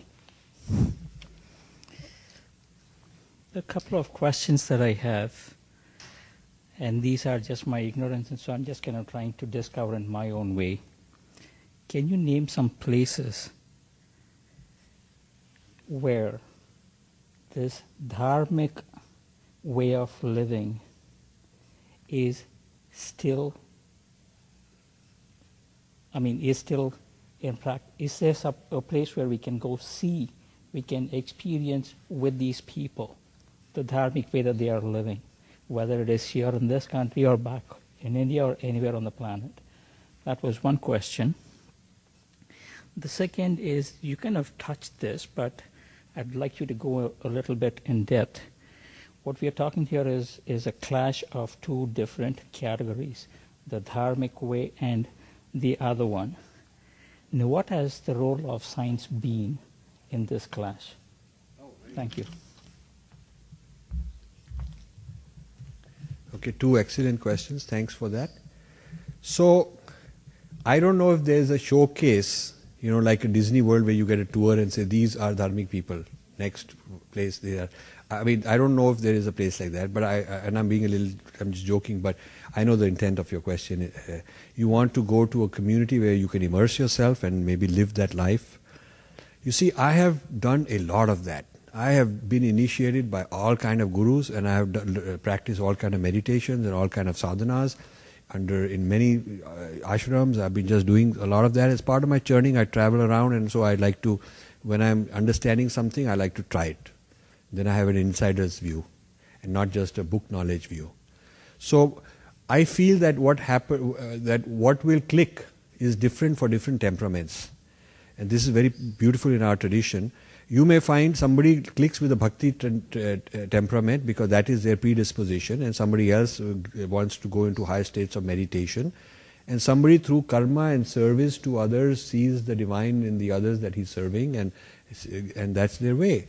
And so this way you will find different paths for, some are very philosophical, into Gyan. So you will find different communities offering different combinations of these different paths, different margas. So there may not be one that everybody will like, because what one may like, another may not like at all. What worked for me is a lot of experimentation. And my temperament is questioning. I challenge. If they don't like to answer my question, I just cannot be doing just blind stuff, and So I'm trained as a scientist. I'm trained to question, quiz, be inquisitive. And so that is what worked for me, is to find people who could answer, give me a lot of satisfaction, and with the answers, I tried those answers in my life and they worked for me, so I was very happy with that. That's my kind of answer. And each person has to go looking for themselves, I would say. The second question is also very interesting. What is the role of science? Because, science is a sort of neutral, culturally neutral. If you discover something through a telescope and somebody in Japan looks at the same part of the sky and somebody from China and somebody from South Africa, they will say they found the same thing. And if you have a certain laboratory experiment and others can replicate the experiment, they'll get the same result. So you do have a certain external truth, because it is external, objectified truth and not internal, subjective truth. You can have a universal claim which is not civilization dependent. Science is a very wonderful thing. Now, science, because its scope is limited to what is empirically measurable, science does not have a position, cannot honestly take a position on things which are not empirically measurable. So it cannot validate or falsify whether, Muhammad got that dream, because you cannot put it in a laboratory today and mention and measure it. It cannot validate or falsify whether, those who died went to heaven, because we don't have a telescope that looks at heaven. We don't. So a realm which is beyond observability of science cannot be within the scope of science. That doesn't mean it is false. It doesn't mean it is unscientific or anti-scientific. It just means it is outside the scope and domain of science. Now, something very interesting in our tradition, which the Abrahamic traditions don't have, and the book explains, there is this Adhyatma Vidya, inner experience, which is empirical but personal.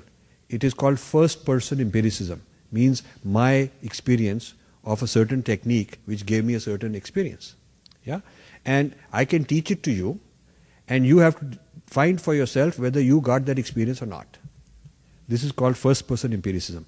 Nobody can observe it through the telescope or microscope and like you are observing something external to yourself. The telescope and microscope and laboratory is within. And the instrument of knowing is a very clean mind which is still, which is not disturbed mind, which is not jumping around. And that is what meditation tries to do, is give you a stillness, clarity of a sattvic mind, clarity mind. So when you are in a stillness of clarity mind and very hyper alert consciousness, you experience things which are not normally experienced, because the cluttered mind and agitated mind is covering it up. The veil is there. So when you are into that stillness, that veil is not there, and you realize that you already have that inside you. It's not something external you're watching. So this methodology, which is the height of our tradition, is, I call it first-person empiricism. It is empiricism because I can replicate it, I can teach somebody else, and he can validate it or falsify it. And it is observable in the present moment, and it is not something that you have to experience when you die in some other place. Now, this first-person empiricism is scientific. It's a new kind of science. It's first-person empirical science. Because it is verifiable, it is reproducible. Science has to be verifiable by somebody and reproducible. Whereas the Abrahamic religion's historical claim, history can't be reproducible. But this is not historical claim, this happens to everybody. So if you do a certain thing, you get a certain siddhi, you get a certain clarity. It may take you a very long time. It may require a huge sacrifice. It may take many births because your person may be messed up to start with. But enough people have validated it to give this lineage, to give lineages long-term sustainability. Because ultimately, if the methodology doesn't work, people abandon it. Because the demands being made are lifelong, huge amount of demands to go into this and give up so many things. People aren't going to do that if it didn't work. So the validation of science, closest we can get, is in our tradition, which is first-person empiricism, replicated by others who are taught, and if it didn't work, they would wander off. If it does work, they'll propagate it to the next person. So even though a very small percent of the Hindu population have been at that stage where they're practicing it successfully and able to get this, even that small percentage is enough to create credibility for the other population that they want to at least practice it and try it and believe in it. Whereas the option is closed the option of verifiability is closed in a tradition where certain things happen in history that are not reproducible. Nobody else can have them because of the nature of man. Because of the nature of man not being Satchitanand and not being the same as that other person, therefore that experience is impossible and beyond reach. So we have that edge in scientific terms, but it is not the same kind of scientific validation as third person empirical science, which is external.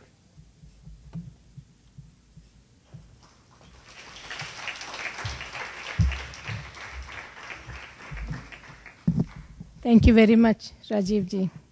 You've given such crystal clear explanations for all the doubts and questions and musings of all of us. Thank you very much. At this time, I would invite Dr. Garla to please come up on the stage to honor the speaker. Rajiv ji, we are all thrilled and we are blessed by your presence, and we thank you for enlightening us. Thank you. I would like to offer a little present for you. Thank you. Thank you very much. I hope we can see you again soon. Yes, I will be in honor. I would love to come. Thank you so much. Thank you very much. Can I say a few words? Yes, Thank you. one more thing. Yeah. After this is over, Raji will be at the desk. Those who want to buy the book, please buy it and he will sign it for you personally. I want to thank Balaji Temple and the leaders of the temple and the sponsors for arranging this event. It means a lot to, I find one of the biggest rewards is audiences that are very serious, very interested, very good questions. They're not just sitting there and just taking everything at its word, but they want to question. And I would love to come back and do a workshop if you want. I would love to come back for a half day, 1 day, and give you more details. Because my interest is in meeting people on the same journey, and we are all in this journey together, and therefore when I meet other people it's such a joy, and I want to thank you for that. Now, on a very practical note, I need your email address. I want to keep in touch with you, and I'll put you in my discussion group. I'll also put you on my large email list where I send out whenever there's a new video or a new book or something new I've done, I send out an announcement to that. And so whether you buy the book or not, I would certainly urge you to leave your email address. Unfortunately, 25% of the emails I get bounce because they didn't write clearly. So that dot or underline or space or whatever, you should write in block letters your email. Name is less important because I only keep a list of email IDs and I send you things. And those who are interested, some people have expressed interest to help me. And I certainly welcome anybody who's got any ideas, any proposals on how these ideas can be propagated more widely. Please do contact me. I'm a one-man show. I have limited resources. I do whatever I can by myself. And all the help that is available is more than welcome. Thank you so much. Before you go, I just wanted to thank Dr. Ramashankar and her friends for sponsoring this event, and Prasad Yalamanchi for hosting the speaker. Thank you all for coming and making this such an enriching experience. Thank you very much.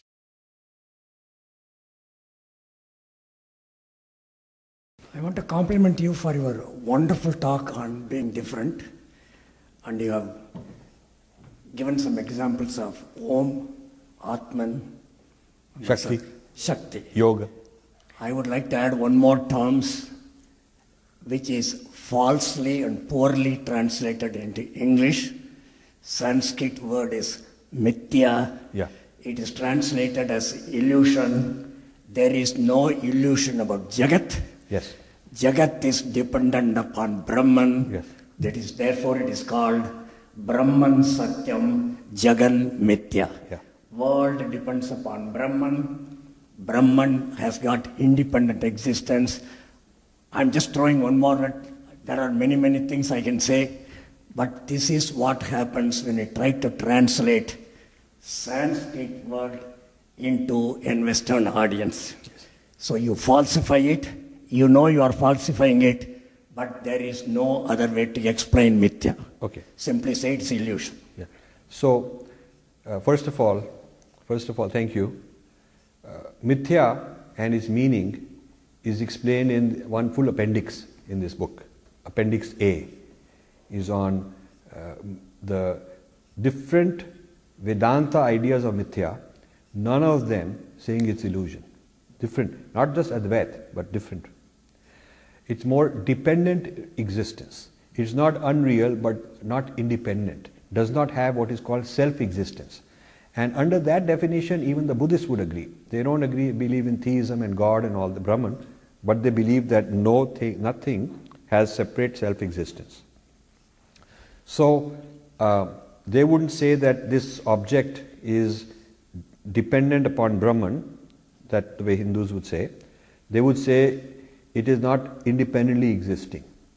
But what it depends on is not Brahman, but something called coexistence, mutual coexistence of everything. Yeah. So this is exactly the kind of discussion in this book. Now, the remedy, a lot of gurus with the defensiveness they've given, is that the only way I can explain is by saying it's illusion. I don't buy that, because then every generation, from Vivekananda, who translated so much in English, he understood the meanings. But every generation that goes on loses the true meaning, and how it is communicated to Western universalism becomes like the assumed meaning. Because Western universalism is so powerful, the person who knows, like Vivekananda, has his private reality in which he knows mithya, and then he's speaking publicly to the Western audience, he's calling it illusion, and therefore he's clear. But this communication to the West circulates, becomes translated, becomes part of the textbook. It is how Indians in future generation also learn. So now the reason Indians are confused and they keep saying illusion is because we ourselves started it in order to become more easily accessible to the West, and then that westernized version became re-exported back to Indians also. So I would offer a different idea. I would say, do not tell the pancake guy that this is the same, is a pancake only, to make it easy. Do not make it easy. He has to work hard to learn to make a dosa. It's like, don't tell the guy that we are doing exercise, but we just are doing all this thing and all that. Telling you doing yoga and you are not doing exercise. And you got to keep learning. It may take you 100 years to figure out what is distinct about yoga and why it is not exercise, but that is the effort, that is the purusharth, that is the sadhana that you have to do. So philosophically, Germans have got many terms from the German language. They're part of English, and they've introduced them because the English language didn't have such a term. So if we introduce the term mithya, if we introduce this term, we are not being tough guys to mean and unreasonable. We are saying that the English language is being enriched by a philosophical principle. I have explained in the appendix, writing pages and pages to explain what it means. But it is not a one-word translation. You see, it's not a one-word translation. You can explain it in English, but it takes a lot of effort, and the person better learn, otherwise he doesn't get it. When you keep control of your categories, the discourse is on our terms. The first thing when somebody asks me, what do you think of the caste system? I tell him caste is a European word. It's a Portuguese word called casta, and it got introduced. There is no Sanskrit word. So I think caste is a European concept brought into India and accepted by India. So they say, well, but we have a caste system. I say, no, we have a jati system. I've taken control of the discourse because I control my term. We have jati and we have varna. So I'll explain to you what is jati, what is varna. And we can argue and discuss how it is similar to what has become caste, how it is different from what has become caste. So the digestion of jati and varna into Western universalism category of caste has come about as a very big problem for India, breaking up India, fragmenting India, caste politics, vote bank politics. It's because we have taken that category and forgotten our own category. It's a category problem. And to reverse this problem, we have to reconnect with our own category and explain. Jati was very different in the sense that jatis were not fixed in a hierarchy.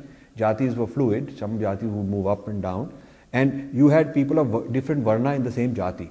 So every jati from the lowest to the highest has its own priest class, its own pujaris, its own, it's not like the lower so-called lower jatis don't have their own house of worship. They have their own temples. They have their own, people doing purohits. So this idea that this whole jati is got no religious authority and it all depends on some other religious authority is a very recent and a wrong idea, because you go to, I went to Nagapattinam after the tsunami because we built a youth hostel there, and I lived with the fishermen, they call scheduled caste, backward caste, all these kind of things.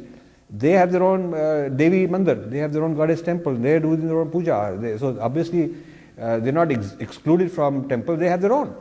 So the concept is different if you understand it in their own term, in our own terms. So that's my response to that. Fine, I like your idea of keeping our words, but what I'm afraid is that if they get into English and they become English words eventually, will we lose our languages in our other parts because of that process? Because then some of the words, like this Brahman, Atman, and Maya, whatnot, will get absorbed in English as a terms, and they will become their terms, like okay. Many have been. Okay, this is a point that can happen unless we are actively using them. For example, some misused terms like Pandit. Now you have Wall Street Pandits, and you have everybody who's Guru. So those are terms we have abandoned. They become like, that's a different way of letting them enter the vocabulary, and we do not use them in the proper way and keep that control ourselves. So Pandit became any old guy who's got some expertise in whatever, he's become a Pandit and Guru and things like that. So your problem is, your question is, your point is a very important one. If you introduce your word into a language and do not keep control over it, and you are not the authority, you're not keeping, people were not complaining that this is misuse of Guru. Who's this guy Guru, So then what you are doing is you're abandoning that, and the word is becoming trivialized, it's becoming superfluous. That can happen also. But words have been added from various languages where people are very sure, people who use the word as a sign of being a sophisticated person to know a Greek word or a Latin word or a French word. Yeah.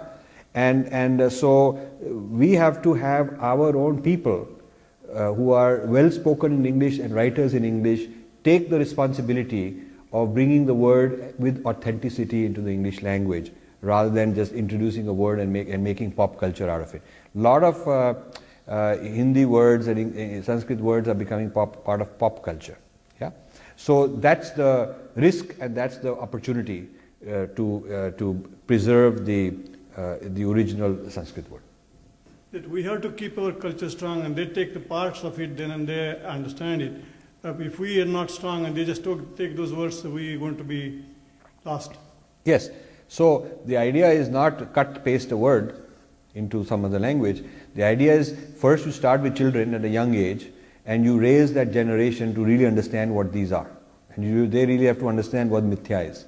So that word mithya is not trivialized into some kind of a joke, but it has to be, you don't want a rock band called mithya and doing things like that, which could happen easily.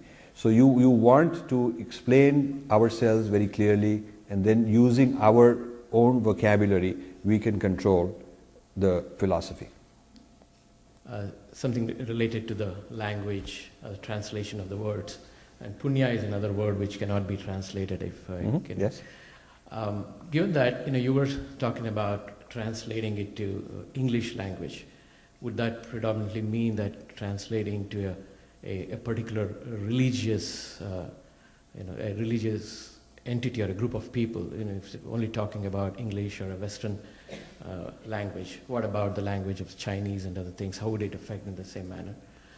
If you can elaborate on that. Well, I'm saying that we should know the word punya and what it means. Yeah.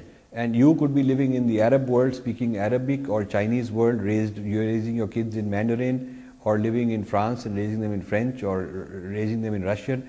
but they should always use the word punya, and they should know what it means. And when a person comes and says, what are you doing, like murti, I have explained murti is not idol. It's quite sad that we keep translating it as idol. Well, it's my last name too. So. Yeah. So murti, yeah. What is your first name? Arun. And you should not be called Arun Idol. Yes, exactly. Yeah. You're right. Even though there is American Idol and Indian Idol now, but you are Arun Murthy. Yes. Yeah. So, and I've explained each one of these why Murthy is not idol. I've got a heading and I've explained many pages on that. So, you should not say we are doing idol worship. You have to explain that this is not an idol. Why? And it means you have to now read about the history of idols in Greek thought and pagan thought, and why and what Christianity thinks of idols, what the 10 Commandments think of idols, what is, how is idol to be kicked and killed and burnt and destroyed according to Islam. You have to read and understand all that, and you have to understand philosophically that this is a very different idea that we have. The idea is different. So part of what the colonizer does is he conquers the colonized person's sense of history, sense of language, sense of categories, and replaces them with his own. He gives you your history, and he thinks he's doing you a favor, and all the Indologists were doing that big favor to India, and we were happily accepting it. And today, our billionaires are giving huge millions of dollars of grants to Westerners to translate Sanskrit according to the Western idiom. We are doing that. Narayan Murthy has given a lot of money, $10-20 million to a project in the Northeast to take all our classics and make them into English using these kind of translations. People have given this in Harvard and a lot of places to do that. A Vivekanand chair in University of Chicago, right here, has been endowed by the government of India. And University of Chicago is the place where there is the center of all this scholarship, that Vivekananda is a homosexual and he was abused by Ramakrishna, and Wendy Doniger is the pioneer of all that, right here in the University of Chicago. But because of the politics and the ignorance and all these IFS officers don't know a darn thing about their own culture, we are actually funding these things. Yeah, okay. Yeah, the reason why I was asking is related to my next question. We're talking about Christianity digesting the Hinduism. Is that, and I missed the early part of your lecture. I'm sorry, it came a little late, so I was not sure whether it was only could you put the camera on him? The Christianity part, or is it any other religion from the religious aspect, not just from the colonizer?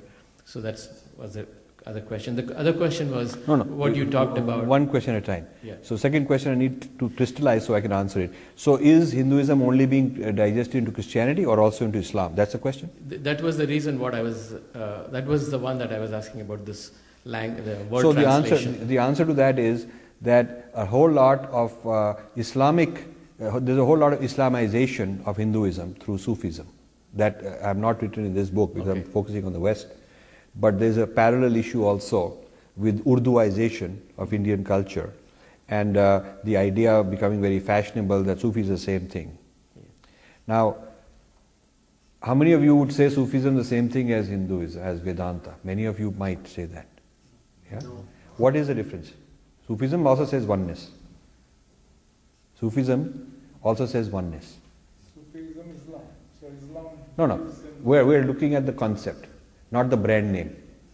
We're not looking at the brand name.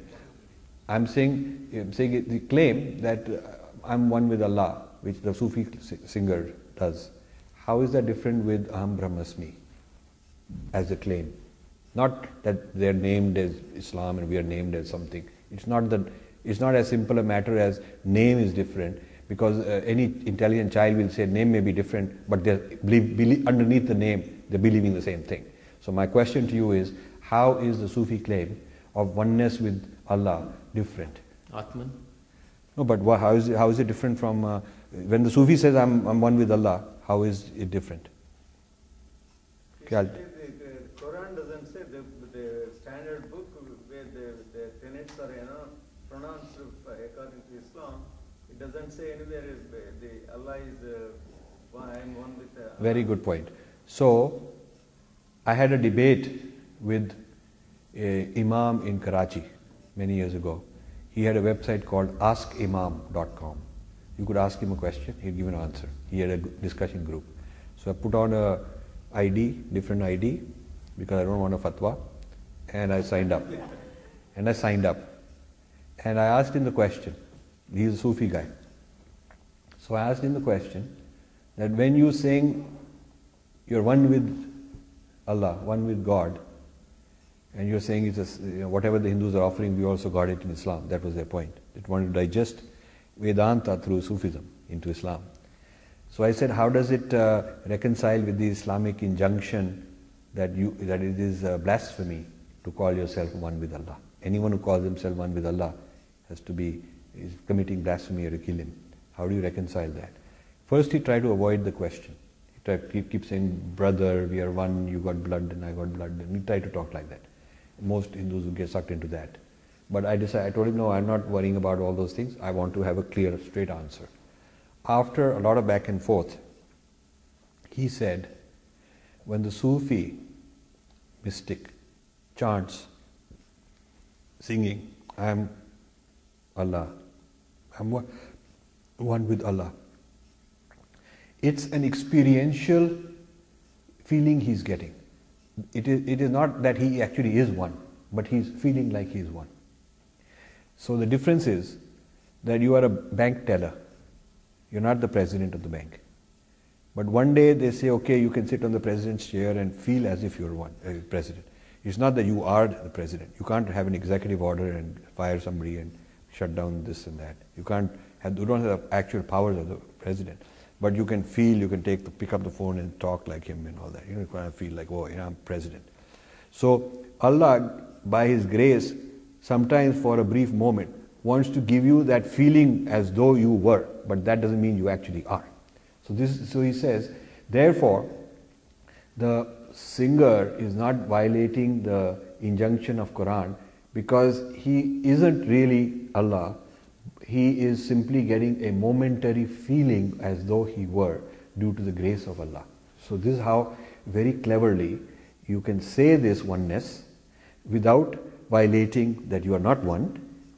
You see what I'm saying? The difference between feeling something and actually being something. Feeling could be an illusion, feeling could be a dream, feeling could be a hallucination, it could be whatever. So Allah is giving you that feeling as a way to give you that little bit of gift, a gift of an experience. So then I said that now if a Vedantin understands that in Vedanta that oneness is the real nature, it is not just a feeling. It is not that you are completely separate from God, but you will get that feeling just once in a while for a split second, so you can sing about it. It's not that.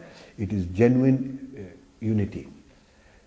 When Vedantins understand the Sufi from this point of view, then the Vedantin cannot be fooled that it is the same thing.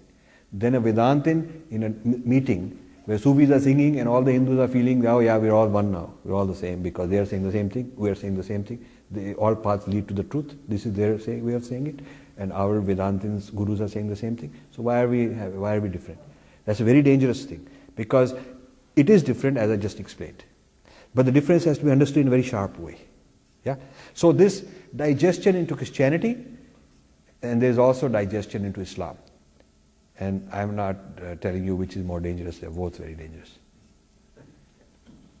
The other one is, I wanted to get your opinion on, I think it was V.S. Naipaul who wrote about Death of a Civilization, where when a colonizer or any foreign enemy gets into a country and kills the philosophers, so the thinking minds are lost and the people left behind cannot think on their own. So I wanted your opinion on that. And I can ask the other question and go and sit down so you can answer both the questions. But the answer to the first question is obviously true. That is the whole idea of digestion and Western universalism and colonization is entirely because you replace their philosophy, their thinking, their capacity to strategize, their history, with yours. And you call it a gift, I've civilized you. It's called the civilizing mission of the colonizer. Yeah. Okay, other thing was when we talked about the Sanatana Dharma, I don't know if you spoke about it, but talking about India as a huge continent by itself with different kinds of religious organizations. It could be Ramakrishna Mission, Arya Samaj, Brahma Samaj, or the all the Swamijis based on but I got things the point. like that. Religious diversity is there. Okay, so what's the point? So the question is, how will that affect in bringing this unity that we are talking about to avoid being digested? So this is what the book is all about. The book is about explaining what is the common foundation of dharma across all the dharmas. Not only the dharmas of Hinduism that you named, but I am also talking about Jainism, I'm talking about Buddhism. What is the common denominator, what is the DNA of all the dharmas is what the book is about.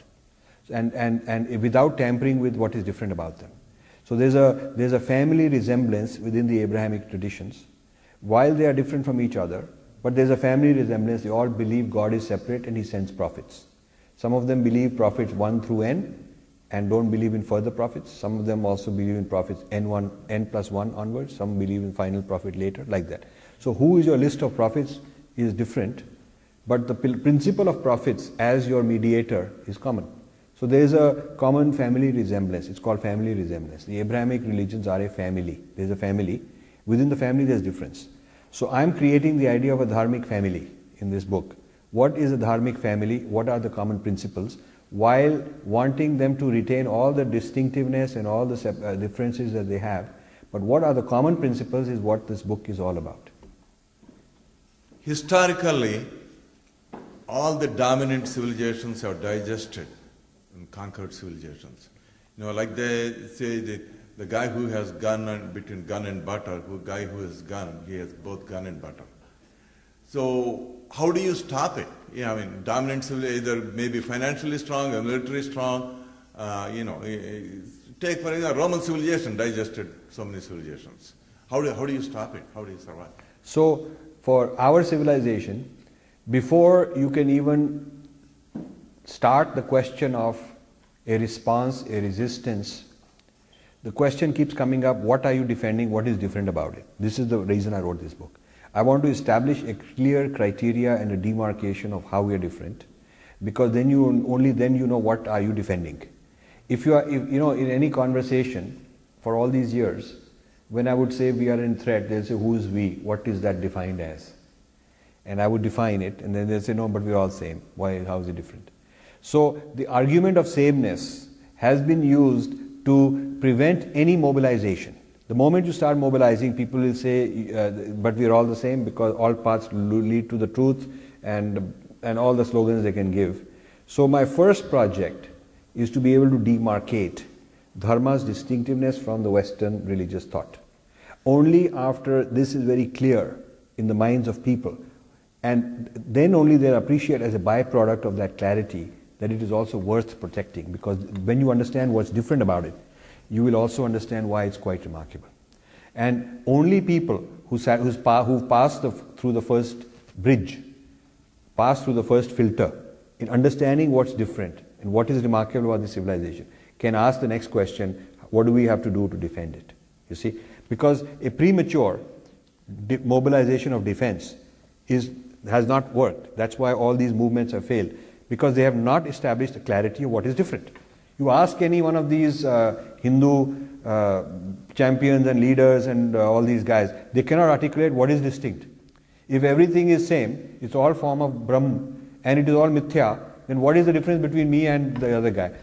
I was sitting with Sri Sri, and he was giving this talk that we've got the same truth in all religions.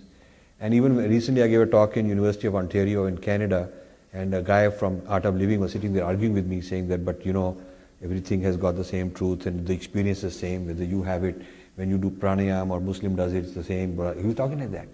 Yeah.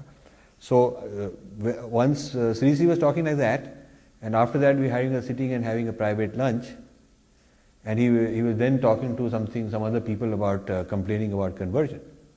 So I said, isn't there a contradiction? Because if everything has got the same truth, then what's wrong if people get converted? He couldn't answer that. I said, you should be very happy if everybody becomes Christian, since it's all the same anyway, we don't have any problems left. We've gotten rid of the difference anxiety by converting. So you should actually go and convert every Hindu into Christian because you really believe that they're all the same. He was very shocked. Oh, no, I don't mean that. I said, then what is the difference? Either there is difference, which is worth protecting, then you should stop going around talking everything is same, Or there isn't a difference because they're all different paths leading to the same, in which case don't complain about conversion. But you can't be a contradictory guy. Our leaders, political and religious, don't understand what is different.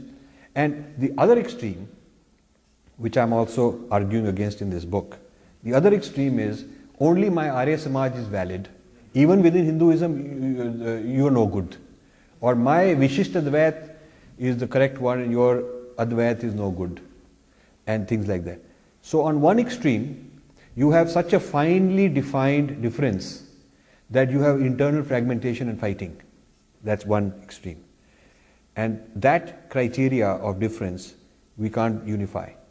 The other extreme, we have so much common that we are also common with all the other faiths. Yeah? Then we have nothing to defend. This book is a project of 20 years to solve this riddle. What is the middle ground where there is commonality among the dharma, yeah, and difference with non-dharma? This is what this book is trying to solve. You mentioned about the Tibetan culture being assimilated into Chinese later on, maybe in the future. But do you think because will it really happen? Because Tibetan culture is very distinct. That's why the Holiness Dalai Lama is fighting for autonomous Tibet and his struggle for a free Tibet or even an independent Tibet. So do you think Tibetan culture can go? Okay, you asked the question once and then I'll answer it. You're repeating or are you? Okay, you're just okay. So you shouldn't repeat. So your question is, since Tibetan culture is so different from Chinese culture, will it get digested or will it remain separate? Yeah. That's the question. Yeah. So I will answer it. Okay, thank you. All the digested cultures are very different. Pagan culture is very different from Christianity. Yeah, pagan culture is very different from Christianity. Yoga is very incompatible with the Bible. It's very incompatible because you cannot have unity consciousness in Bible. So a predator takes parts which will fit and makes ornaments out of them, makes decorative things, assimilates certain symbols and principles. Whatever will fit is assimilated. And whatever is going to be threatening is rejected, put in a museum and rejected. So the fact that the deer's DNA cannot live inside the tiger because tiger will consider it toxic. A tiger cannot have deer DNA sitting inside it. It has to be broken down so there is no more DNA left and then reassembled into tiger DNA. So Tibetan civilization, as intact with its philosophy, with its language, cannot be accommodated within Chinese. It has to be broken down. The symbols have to be given new meaning. The history has to be reinterpreted and distorted and changed. The philosophical ideas some ideas can be absorbed into Taoism or Confucianism, they'll survive. Some ideas which cannot be assimilated have to be rejected. So the process of digestion is not the same thing as taking the whole thing, preserving it intact and making it part of you. That would be fine. Then it would not be destroyed. The process of digestion is a destruction and making it disappear and taking parts that you want and making them fit inside you. So the digestion of Tibetan culture will be, there's young Tibetans, next generation, they want to have IT jobs, they want to go to big cities. In Tibet, they're getting married to Chinese soldiers. So the next generation is being told that you are of Chinese origin. They're being raised on Mandarin, and the Tibetan monasteries are being downsized more into exotic tourism. And in a diaspora, which is living as a second-class citizen outside their home, can only last so long because they don't have the sustaining power. I mean, you can last, Dalai Lama is there, but what will happen after he's gone? It will become a little milder. So Tibetan culture, Tibetan civilization is not on a solid foundation without a separate home, without its own proper homeland, and it cannot just go on in this refugee status an indefinite period on the mercy of somebody else trying to help it. So that's the point. And the fact that it is different is not going to guarantee its success. In fact, that's why they want to finish it off, because it is different and therefore it's a threat. We should not bother about the Western universalism if you, but to me it looks like they imported from the Indian civilization all these equality of gender or democracy or so we have the concept of unity in diversity. So, but why we should bother about this? Ultimately, the world is in a flux. People are migrating and living together. Say, best example is US. So you have to find a solution to coexist for all the different types of people. Otherwise, there will be havoc created. For example, in Britain, in Europe, right now you have the idea of multiculturalism. Everybody is they are introducing things which are incompatible with the rest of the human values. So what I am telling is, finally, we have to have a common body or knowledge where everybody can coexist, accepting common principles. Okay. If they are conforming with the Western universalism, what is the wrong? I mean, otherwise we cannot coexist. That's my point. Yeah. So this is the argument that says Western universalism is the operating platform, and we have to be digested. We have no other choice. That's what it means. That's what it means. Yeah. So it is the argument which says what's wrong? We will all become Americans, and we will all have BMWs, and we'll do well. And India will then advance, and we'll have GDP, and we'll become rich Americans. And not in terms of material, but in terms of values, human values. Whatever. But human values are not the same. Human values are not the same. You have to read this book to understand that dharmic values and Western universalism values are not the same. They are not the same. You may, on a superficial knowledge, you may say, well, they have equality, we have equality. It's not the same. The idea of equality is very different. The idea of feminine is very different. The idea of nature is a product, and you have conservation of nature because you'll run out of clean water, you'll run out of if the forests are not clean, it will be toxic. Whereas in our tradition, nature is divine, is living. The reason you respect nature is because it has its own rights, not because it is my product. So even environmentalism, the idea of dharma for environmentalism is different than the Western idea of why you need to have environmentalism. The idea of human rights is very different. So you need to read more about dharma, much more about dharma, to understand why values are different, what the values are. Most people have become so superficial in their understanding of their own dharma that they really don't even know what's different. And so if they don't even know what is different, see, this is the problem. You can't mobilize unless you truly understand what is different. And since most people are sort of walking around thinking everything is same, they bought into this idea that everything is same, and values are same, and these are all different paths to the same thing, and what is this? Jesus is a murti, this is a murti, they're all the same. You have to really go deep into understanding why they are not the same. You see, so I'm very happy you asked the question, because I'm always looking for questions that are making a different point for me. And this is a very good question, because it shows a very typical, what I call a confused Hindu, who's genuinely convinced, not genuinely convinced, that religious paths lead to the same, we've all got similar values, and what is different, what is wrong. And it is this idea which leads to the digestion into Western universalism. This is the deer saying, what is wrong? If I live in the tiger's stomach, tiger is tough guy, I'll become part of the tiger's stomach. I'll run faster. And I'm this weak little deer, I'm no good. But when I become part of the tiger, I'll run faster. This sort of thing. So it's that sort of an argument that you are giving. And there is no quick soundbite response to it, but I want you to read seriously what the arguments in this book are on what is different. Each chapter explains one major point of difference. So by the time you read it, you will know, okay, whether I agree with this or that, I can't say they're the same. That point you have to appreciate. And one more thing that causes the greatest confusion is, please resolve this in any way you want. Ekam sat, vipra bhagada vadanti. If truth is one, wise people say it many different way. Why we say that is not correct?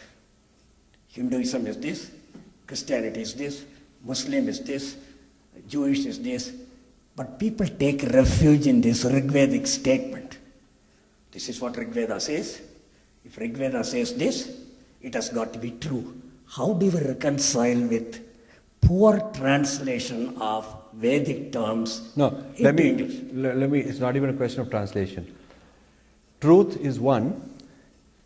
People say different. I got it, so may I answer it now? Okay. Truth is one, and you can say it differently. Does not mean that all truth claims are true. It's as simple as that. Yeah. Yeah. You have a lawyer who is arguing a case, and you have another lawyer who is arguing the opposite. Correct? He has a truth claim, and he has an opposite truth claim. They're both not true. They're making opposite claims. Our people spent hundreds of years arguing against alternative competing truth claims. The Vedantins arguing against Buddhists, the one kind of Vedantin arguing against another kind of Vedantin. The whole idea of darshana, the whole idea of purva paksha, the whole idea of debate is to assert an alternative proposition from what you are asserting. So obviously our people never said that both are valid. Okay. Now, truth claim 1 and truth claim 2 may be contradicting each other. Otherwise there would not be dharma and adharma. There would not be Ravana. There would not be the dharma of Hitler and the dharma of Bin Laden. Obviously all truth claims are not true. So the statement merely says that the truth can be expressed in many ways. But that doesn't mean that every claim is the same. That is true.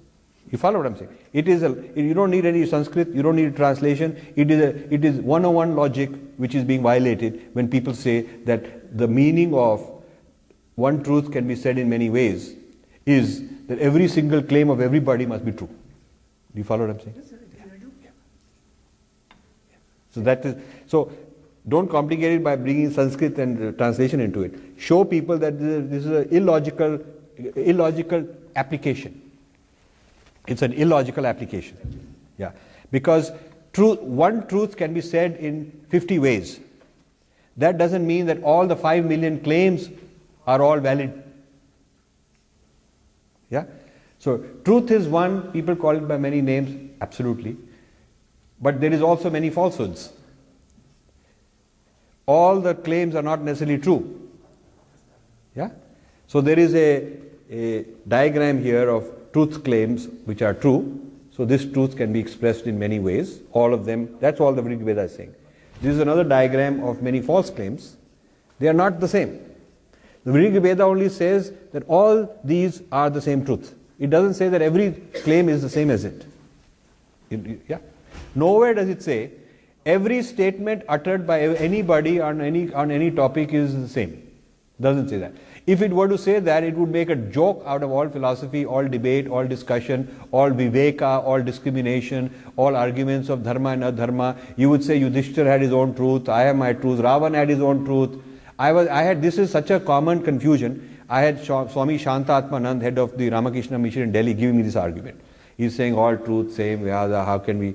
So I said, then in your mission, you cannot tell good life from a wrongful life. Suppose one of your Swamis comes drunk on drugs, and he comes and he weird things in your ashram, and he says, Swamiji, truth is one, this is my truth.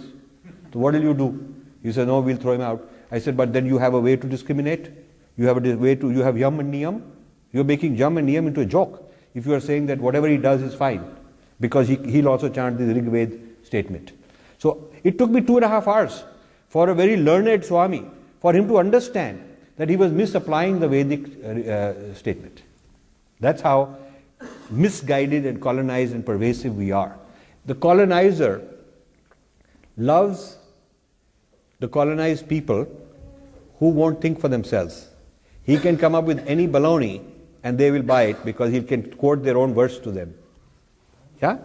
He can either tell them it's all mithya anyway, why are you worrying? I took your Kohinoor, I put it here. You don't need it because you are enlightened, you are otherworldly, I'm materialistic, you don't need it. And the idiot Hindu say, you guys are very good. You taught me something. Or he can say, you can accept my truth because truth is one after all. So this business of totally confusing our people has become very pervasive, I would say. I think we will stop, but I've really enjoyed this very lively discussion. I like the audience which raises good questions, and this is our Hindu way to debate and discuss, and I think every question that people have asked, I respect it, and particularly the ones that are contentious are very useful to me. I learn a lot from them. Thank you very much.